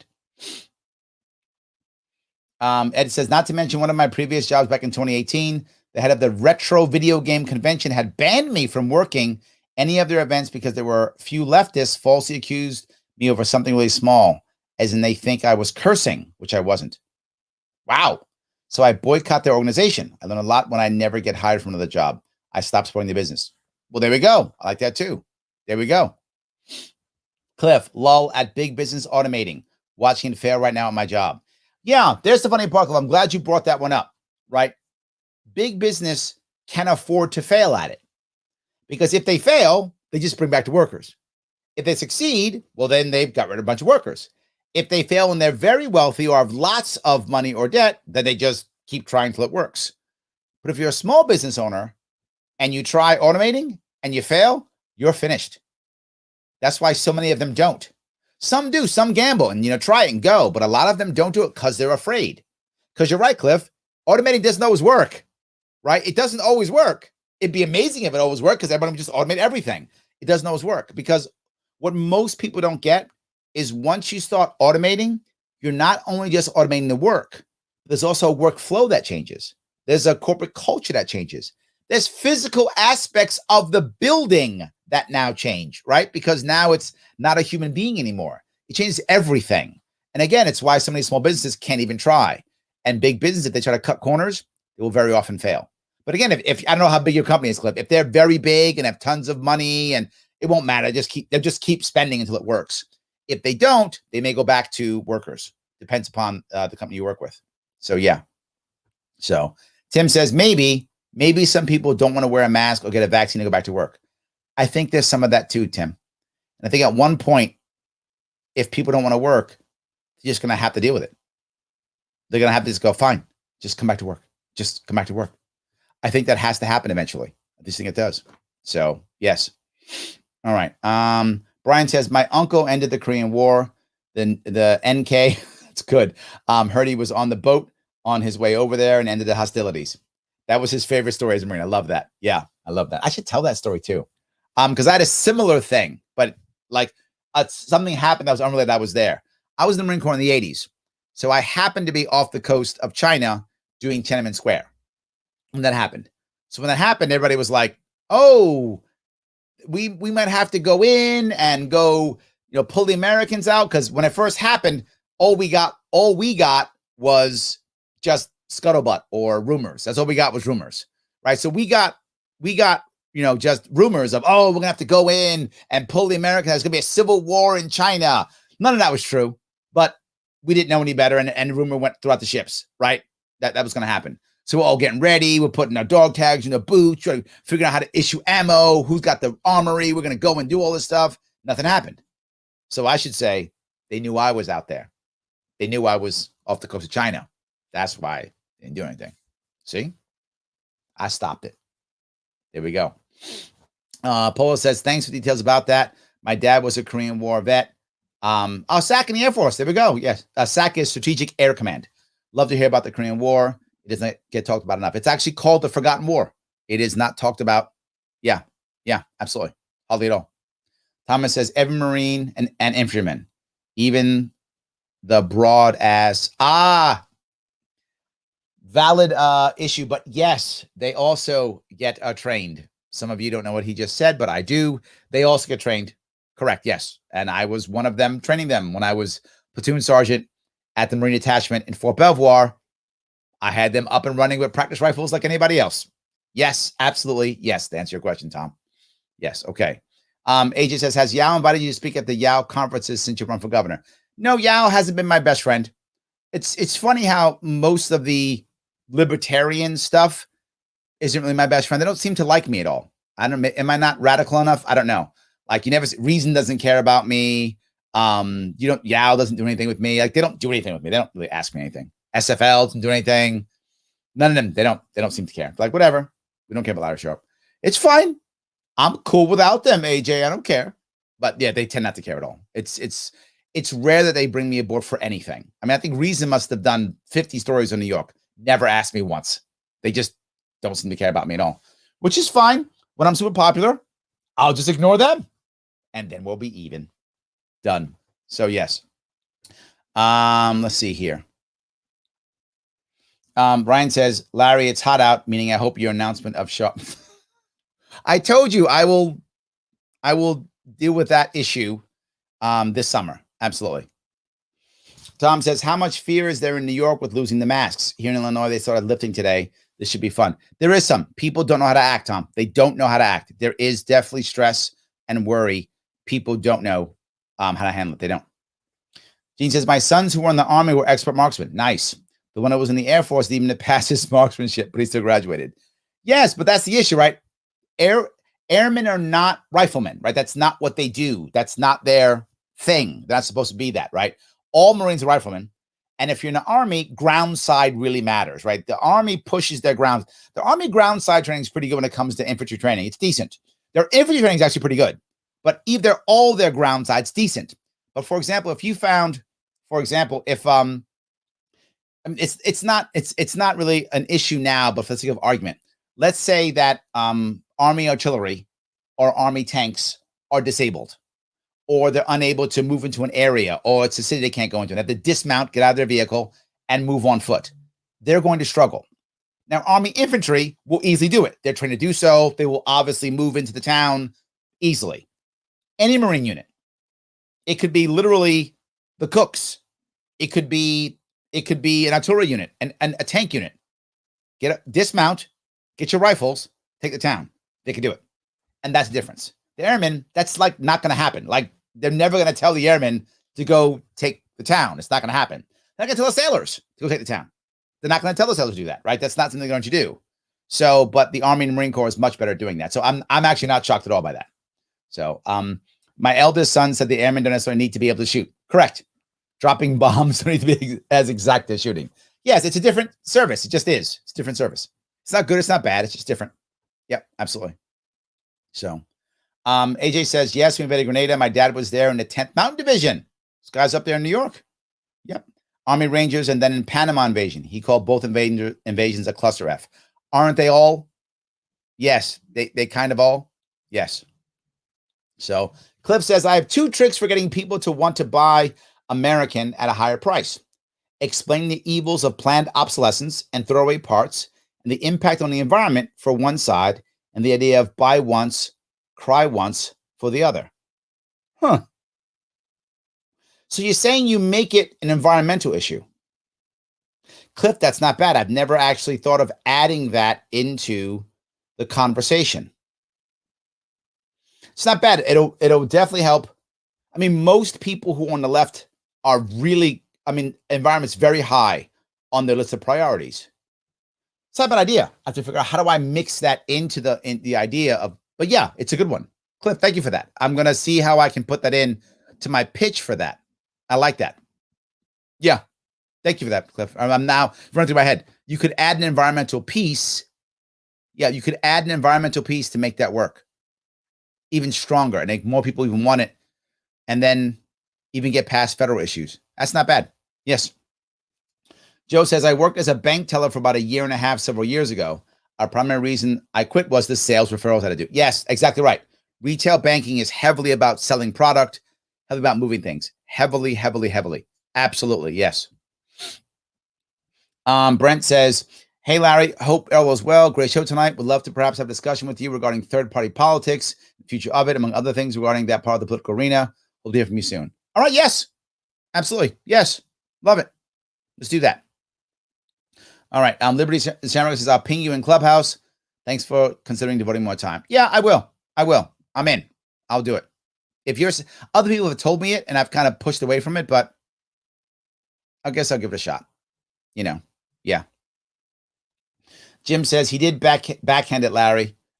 Mask free only if you're vaccinated. There we go. Yes, I didn't know, but I just knew that's what he does, right? That's his personality. He would never just go ahead. This is back to Tom's piece, right? He can't just go ahead.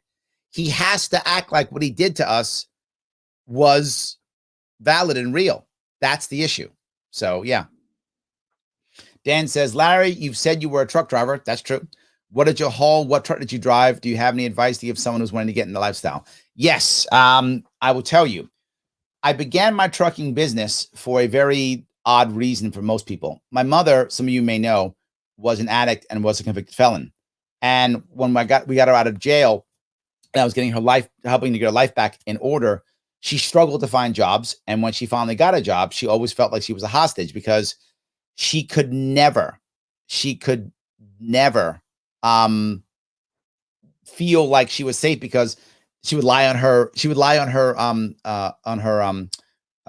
applications, because if they found out she was a felon, they wouldn't hire her. She was always a hostage.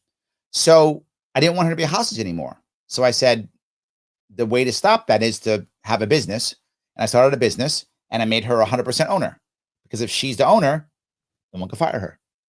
So my mom was no longer a hostage. I did it to make sure my mom wouldn't be a hostage. I couldn't stand that idea that my mom was afraid, couldn't talk back to her boss, was always struggling. And I said, no more. My mom's going to be free. I don't care what I have to do. So what I did was I started a business. So I thought, well, what's easy for all of us to do? We all had driver's licenses, right? So I got the largest truck that you can get in New York State without having a CDL, which is a commercial driver's license, because that will require her to go through the process, the background checks. No, none of that. No licensing with the state. What's the biggest one? And I think we had a 24-foot truck. It's been 20 years. I've actually forgotten, 25 years. I think it was a 24-foot box truck. I think that's whatever the number is you could get without getting a CDL. That's the number, Dan. I think in New York State, I think it was 24 foot, if I'm not mistaken. I'm not 100% sure, but I think it was 24-foot truck. We had that, and we had a van. So we had a van and a 24-foot truck. And we basically hauled anything that people wanted us to haul in the Northeast corridor, anywhere from Boston, basically, to around DC. Sometimes we go into Virginia here or there, but that was rare. And we were basically on call because we had a truck that was big enough that could haul large things, but was not a trailer. So if you had a trailer, you can't haul one thing in a trailer. If you know anything about trucking, you just can't, right? You do it, the amount of money, time, energy, it's not worth it. You've got to at least half fill that thing up, or it's just not worth it. But with a 24-footer, you could take a big full for like a die cast or a huge thing that's big and heavy. You could throw it in there. And we also had a van. So if it was a small enough, we just grabbed a van, a pallet full of stuff. You can't take 2 pallets if you have a trailer, but you can do 2 pallets with a 24-footer. Who cares? Totally fine. If they're heavy, who cares? The truck's big enough. Fine. You can do it that way. We did that for about 3-4 years. I forgot how long it was. I left after about 1.5 years, and let my mom run it until she retired and she went to South Carolina. So, but yeah, that's what I did. My business model, I try whenever I'm successful, my business model has always included one important thing: making it as easy to do business with me as possible. So this is back when we still had beepers back then. This is the 90s. We still had beepers. So we'd have beepers and a cell phone and whatever. You could fax us, because we weren't, most people weren't really emailing then yet. It was more faxing and calling still. So they'd say, hey, can you get there? We'd say yes and go. And then once I knew we were in one place, I tried to get us to have something on the way back. For those of you who've ever done trucking, and this is my advice to you, Dan, whenever you're on the road with that truck or that van, whatever you choose, never have it empty. If you're driving that vehicle empty, you are wasting money. Something needs to be in that truck all the time. So if you know you're going whatever from, you're going to Boston, you better be on the phone figuring out who in Boston needs something delivered someplace else, because you can lower the price on that. so you can now be cheaper than your competitors. Why? You got to come back anyway, right? You're going to Boston. You got to come back anyway. So if somebody wants to drop something off on the way back, if they want to give you $400, fine. It's $400 you didn't have. They just pay for your gas. Otherwise, you're coming back with empty and you're paying for the gas anyway. So if your mindset is that way, make it as easy as possible to do business with you. Take any jobs you can get in a specific issue and a specific industry. Head out there and always make sure your truck is filled to the best of your ability. I didn't want to get a CDL because I didn't be licensed by the state, and you don't have to for certain types of vehicles. And I took a van also because the van is far cheaper than a truck is to move around, pay for axles, all those types of things, right? So we did that. Hope that was helpful. Oh, I'm sorry. I'll give you one more thing, Dan. Always make sure when you begin your business, you start looking for clients. Niche, niche, niche. And I mean, don't search for any client. Take any client that comes in, but only focus on a specific niche. We chose advertising because I knew advertising. That's what we chose, and it worked for us. And then we got other things too, but we took advertising. Pick whatever you know. All right, hope that was good. There we go. All right, let's see here if I can do this. AJ says, I'm still debating on whether to keep running for office or be a college professor. I'll invite you to speak to my students if I become a college professor. AJ, become a professor. Do that. That's the right answer. Become a professor. Get yourself established. Get yourself tenured. Put some cash in your pocket, then run. Build your team out. That's the answer, AJ. Be that college professor. People ask me all the time, Larry, how in the world can I help with the Liberty Movement? Be stronger yourself. That's how you can help us out. Be stronger yourself. Dan, grow that business. Be powerful. Make tons of money. Hire drivers. Be that person that if you want to take off for 6 months to run for office, you can. Be that person. So, yes, AJ, I don't know if you were asking my advice or not, but I'm giving it to you. Take it if you want to. Become the professor. That's the answer. Do that because you want to do it. It's the right answer. Go do it. Establish yourself. Be more powerful personally, then run for office. Much better way. Yes. Adrian says the conversation is reminding me of the old commercial. Hey, this is what we say. This was made in the USA. I remember that. Yes, we've got to be okay with that. We do, and I think we don't take enough time to do it. Tom says, Larry, I appreciate all the time you put into all of this. It's got me thinking to get more involved somehow because of it. Thank you, Tom. Yes, I appreciate that. Please, amazing. And if I could give you any advice, anyone who wants to get involved, almost always the best thing you can do is head to your local chapter. If you don't have a local chapter, your state chapter. Our parties always need help. We are always understaffed. We always need help. And I don't always mean money. Tom, if you got cash, that's awesome. But they don't always require cash. They require physical bodies, people to make phone calls, people to set things up, people to show up in seats. They need all those things.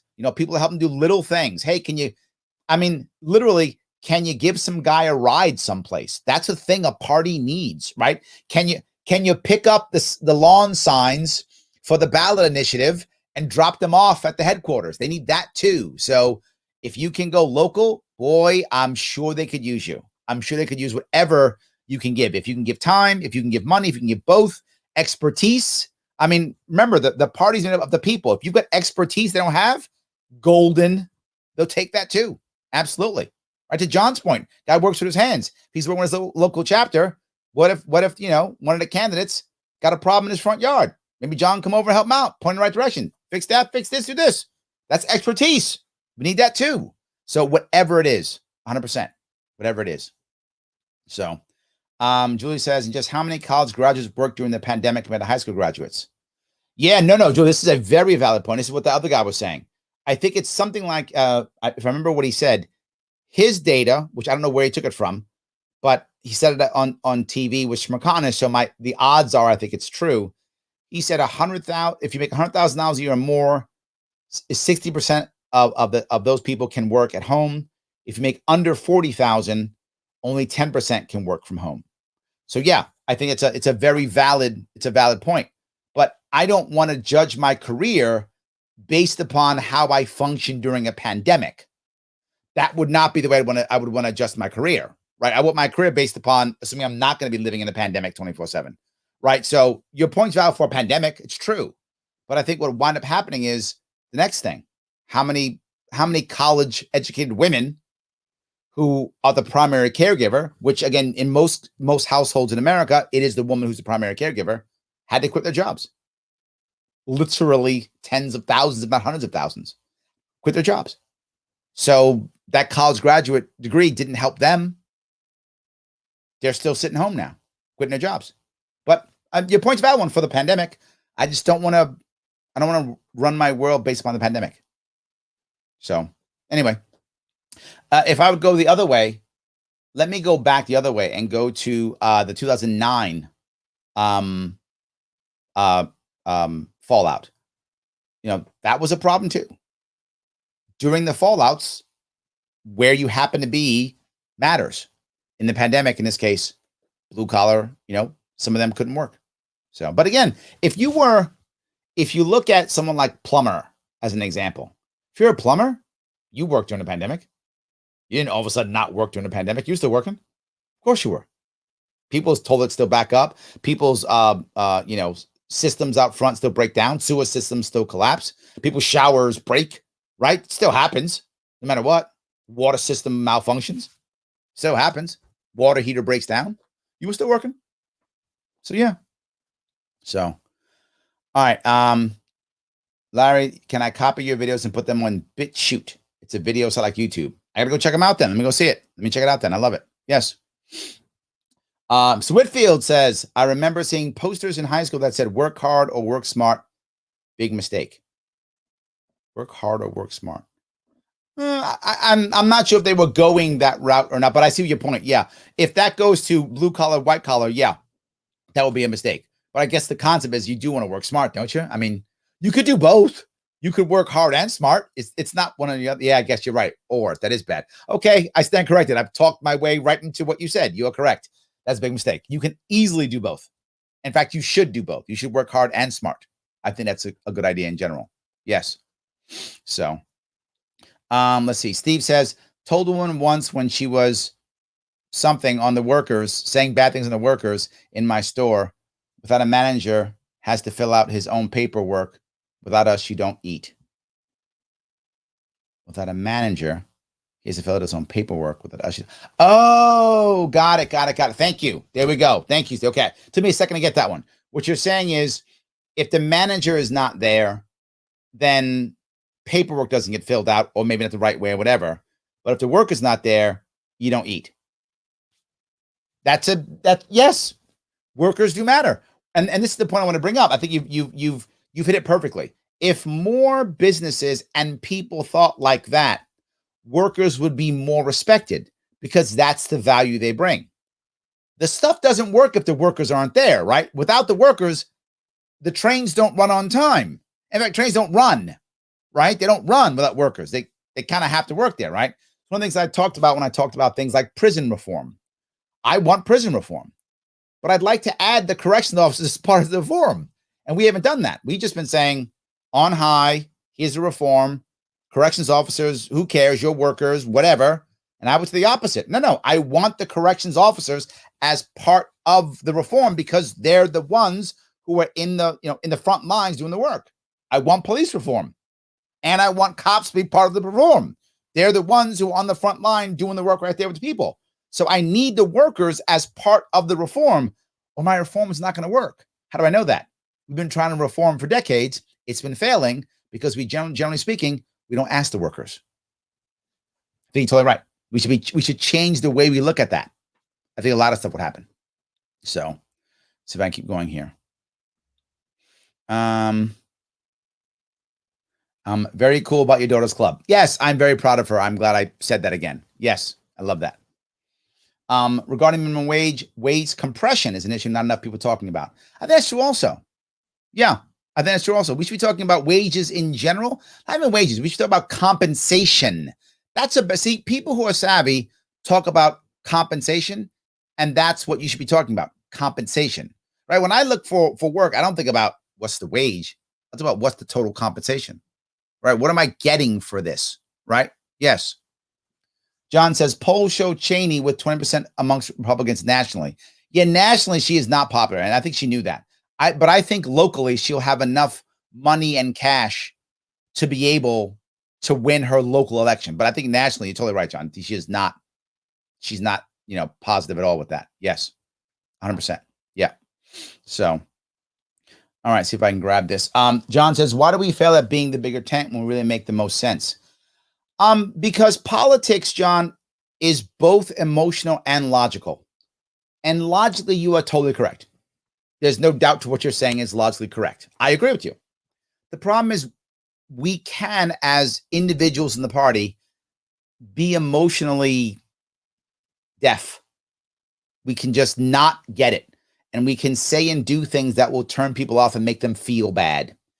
And we forget that it's not just logic. It is logic and it's emotion. They are together. And if you only have one, people don't come. They don't stay. If you have both, that's when they come and they stay. It's got to not only be smart, it's got to feel right. Like, yeah, this feels right. And it is right. But if it feels wrong, like this guy Tom's yelling at me, you know what? It doesn't feel right. Even though it makes sense, I still walk away. But what I'm doing is I try making my other party kind of closer to this one. I try. Then they get mad at me because they're not us. And then I wind up having no home at all, or just going back to what I've always known, which is the other party that I grew up on. And that happens often. So you're right. You're right. But again, we have to be better at that. We just have to be better at that. Absolutely. So if Liz Cheney chooses, maybe she can come join the Libertarian side. In theory, yes. Practically, no, because I don't think she's a Libertarian. She's a conservative and a hardcore conservative. She's basically a neocon.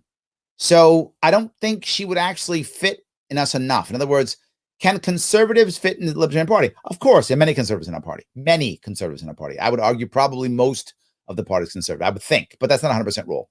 But a lot are. But the difference is that conservatives who don't want government to make everybody else conservative. They're conservatives who say, government, leave me alone so I can be conservative. Liz Cheney is more of a, I'm going to force you all to be conservative type.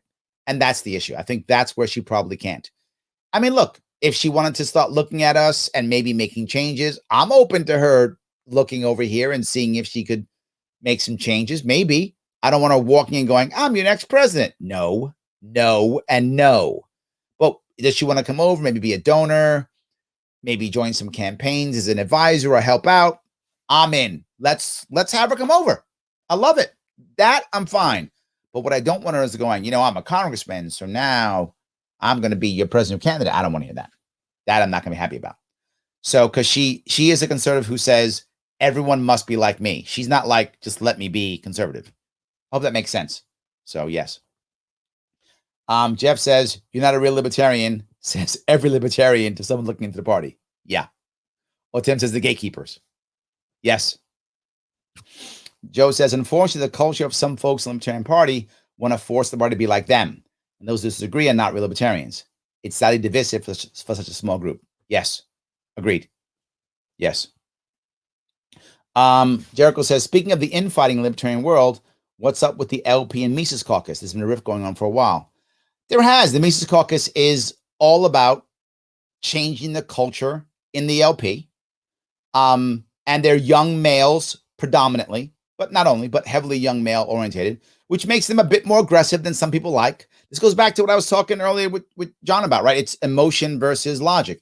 Logically, is what they're doing correct and right? I think, yeah. Emotionally, not always. Emotionally, they have been brash, they have been forward, and they've doubled down on things they probably shouldn't double down on. And so it makes people feel bad. They don't like how it feels. It doesn't sound good. They don't like it. So people rebel. So I think you find that that's an issue the caucus is dealing with. It's trying to find that emotional side to the message. And they have failed several times at that. And so the other people get mad and go, that's no, terrible, no. And then they fight each other. And it's a left-right mix within the party too. So I think that's another issue they're dealing with, right? Is a rift in the party going to turn people off? What both sides are worried about, to be clear on what they're concerned about. The non-Mises group, if there is one, I mean, it's kind of a hodgepodge of people or groups. They're worried that if Mises takes over the party, that the world will see the Libertarian Party as just Republicans. That's who they are. They're basically neo-Republicans, that they'll see the party that way so far right. The left will never come to us. That is their concern. The Mises Caucus's big concern is we're failing. We've been failing for 50 years. Our messaging is the problem. Let's be bold in our messaging and bring some people to our party. It's two separate concepts, if that makes any sense. So the Mises Caucus is far more of a concept that says, we got to do something, take action, which is why they're often brash. They're like, take action. What happens, happens. It's take action. Now, I'm not saying their leadership is that way. I'm saying many of their foot soldiers are that way. Let's just do it. Go. And people who are there are like, well, wait a minute. We're going to go down the wrong path. And that's what they're fighting. And we don't communicate well. Bridging that gap has been challenging. Did I answer that question? I hope I did. So, all right. See if I can go going here. Yes. The libertarian platform is practical. There we go. I like that. There we go. I like that. So, yeah, the tent turns the parachutes to bail of the parties. That's actually funny. That is good. Yes, that's very good. Garrett says the national LP needs to not be so fanatical. To be forward, I want to be clear on this one. I look very differently at the national. All I want national to do is just get us 50 state ballot access every 4 years. That's about all I want. They do that, I'm pretty much happy. That's kind of all I want, right? That's it. And the rest we should be pushing more local. But get us 50 state ballot access every 4 years so we can run a presidential candidate that will hopefully get us more votes and bring more attention to our local ballots so we can win locally. That's what I would like national to do more than anything. That's my biggest thing I want them to do. Help us with a donor base, those types of things. But get us a ballot access more than anything. But the rest, you don't see me comment much on national. Maybe that's why they don't really pay attention to me. I don't really pay attention to them. Maybe it's a two-way street. But yeah, maybe. Tim says, politics, like it or not, is a popularity contest. Yes, it is. Yes, it is. Sam says, we need more Gary Johnson, less Bill Weld. You're not going to disagree with that one. I love Gary Johnson. Gary Johnson was a good man. Still is. He's a good person. He's a good man. No, loved him. Wish he'd run again. Always love him. He's never going to run again. He doesn't want to. He's not going to. Get it. I would support him again, though. I love Gary Johnson. I think he's great. I think he's a good man. That's the issue. So, yeah. Lars says, exactly. We need to focus on things we all agree and not waste time on things that are divisive. 100%. Yes, absolutely. John says, Spike has been on Fox Business multiple times. Is he popular enough? No, we don't have anyone popular enough right now. We have no one popular enough. He needs keep going. Keep going, Spike. If you're watching, keep going. Multiple times good. More. Don't stop. We need more. So yes, that's great. Not enough. Right now, no one's got enough. I wish one of us had enough. We don't have enough yet. More. Amash, listening? More. More. We're not there yet. John, we're not there yet. Eventually. Not there yet. Let's keep going. Let's see here. Let's see. The Mises Caucus folks would implode if the LP gets another moderate and known presidential candidate. Maybe. I don't know, but I just want to be popular, right? I think it matters. I think it does matter, right? I think it does matter without question. LeBron Spike 2024. That's actually funny. I actually don't know much about LeBron's politics, but from what I know, not really in our world, right? I mean, again, look, I'm happy for anyone to start to move towards us, to learn about us more, and to become more libertarian. But at this moment, I am not a LeBron for president fan. But could that change? I'm open. Come on over. Give us 3 years, and maybe we move you over one. I'm open to the conversation, Ryan. Just not now, no. Now, no. But I'm open to the conversation. Of course I am. Yes. So, Justin Marsh and Marsh Teray, love them both. More, John. If we're going to actually make impact, we need to be able to get on mainstream TV with a phone call. I mean, like Fox, CNN with a phone call. Justin Marsh is probably the closest. He's probably the closest right now. I think he's the closest right now. Marsh is great. Love Marsh. Had him on my show more than once. Love him. And whenever he calls me up, he says, hey, Larry, can you go to Solutionary Summit? I'm there. Big fan of Marsh. I think more. Yeah, John, I'm greedy. I want more. I do. I want even more. 100%. So, all right. John says, disappointing you're not making Florida. Yeah, let me see what I can do here. Let me see if I can do that. Yes. We'll see. We'll see. So let me keep going down there if I can. Mises probably has the biggest caucus. They do, without question right now. Mises is rocking it. I'm being forward. I know some of you can't stand Mises. Some of you love Mises. I know it is. I'm trying to be forward. They're the big boys right now. They're definitely the big boys right now. Yes. Joe says, I agree, Larry. Nationals should focus on ballot access, helping to level the playing field for LP candidates run. Yes, biggest deal. Sam says, the biggest challenge with messaging is that everyone wants to only use messaging that worked on them. But we need a broad variety of messaging because of different political issues and the EQ, IQ range. Sam, I don't think I could have said that better. That is, yes. People always ask me, Larry, do you like the radical messaging? Yeah, we need that. Well, what about the milquetoast? Love that too. Because some people, and the example I give is I remember a shirt that said, legalize recreational cocaine. People are like, look at that shirt, that's dumb. I'm like, no, there's some people who will look at that shirt and be like, oh my God, yeah. And some people look at it and go, oh my God, that's dumb. But we need that too, because some people, that is how they're going to come to us. Oh my God, Richie, that shirt, oh, that's so cool. And someone's going to be like, stupid kid or whatever. So we need the milquetoast and we need the radical. I think you're totally right, Sam. We got to meet people where they are and not be mad because somebody said something here or somebody said something there. No, say it all. All I'm saying is be nice. You can say legalize recreational cocaine without going legalize cocaine, or you're a statist. You don't have to add the or you're a statist part. You could just say what you think and move on. And some people will like it and some people won't. I don't mind a radical message. I mind a mean message. And there is a difference. And sadly, some people think they're the same. And that's why we have a problem. Some people think we have to be aggressive and radical must be the same. They don't have to be the same. It's not required.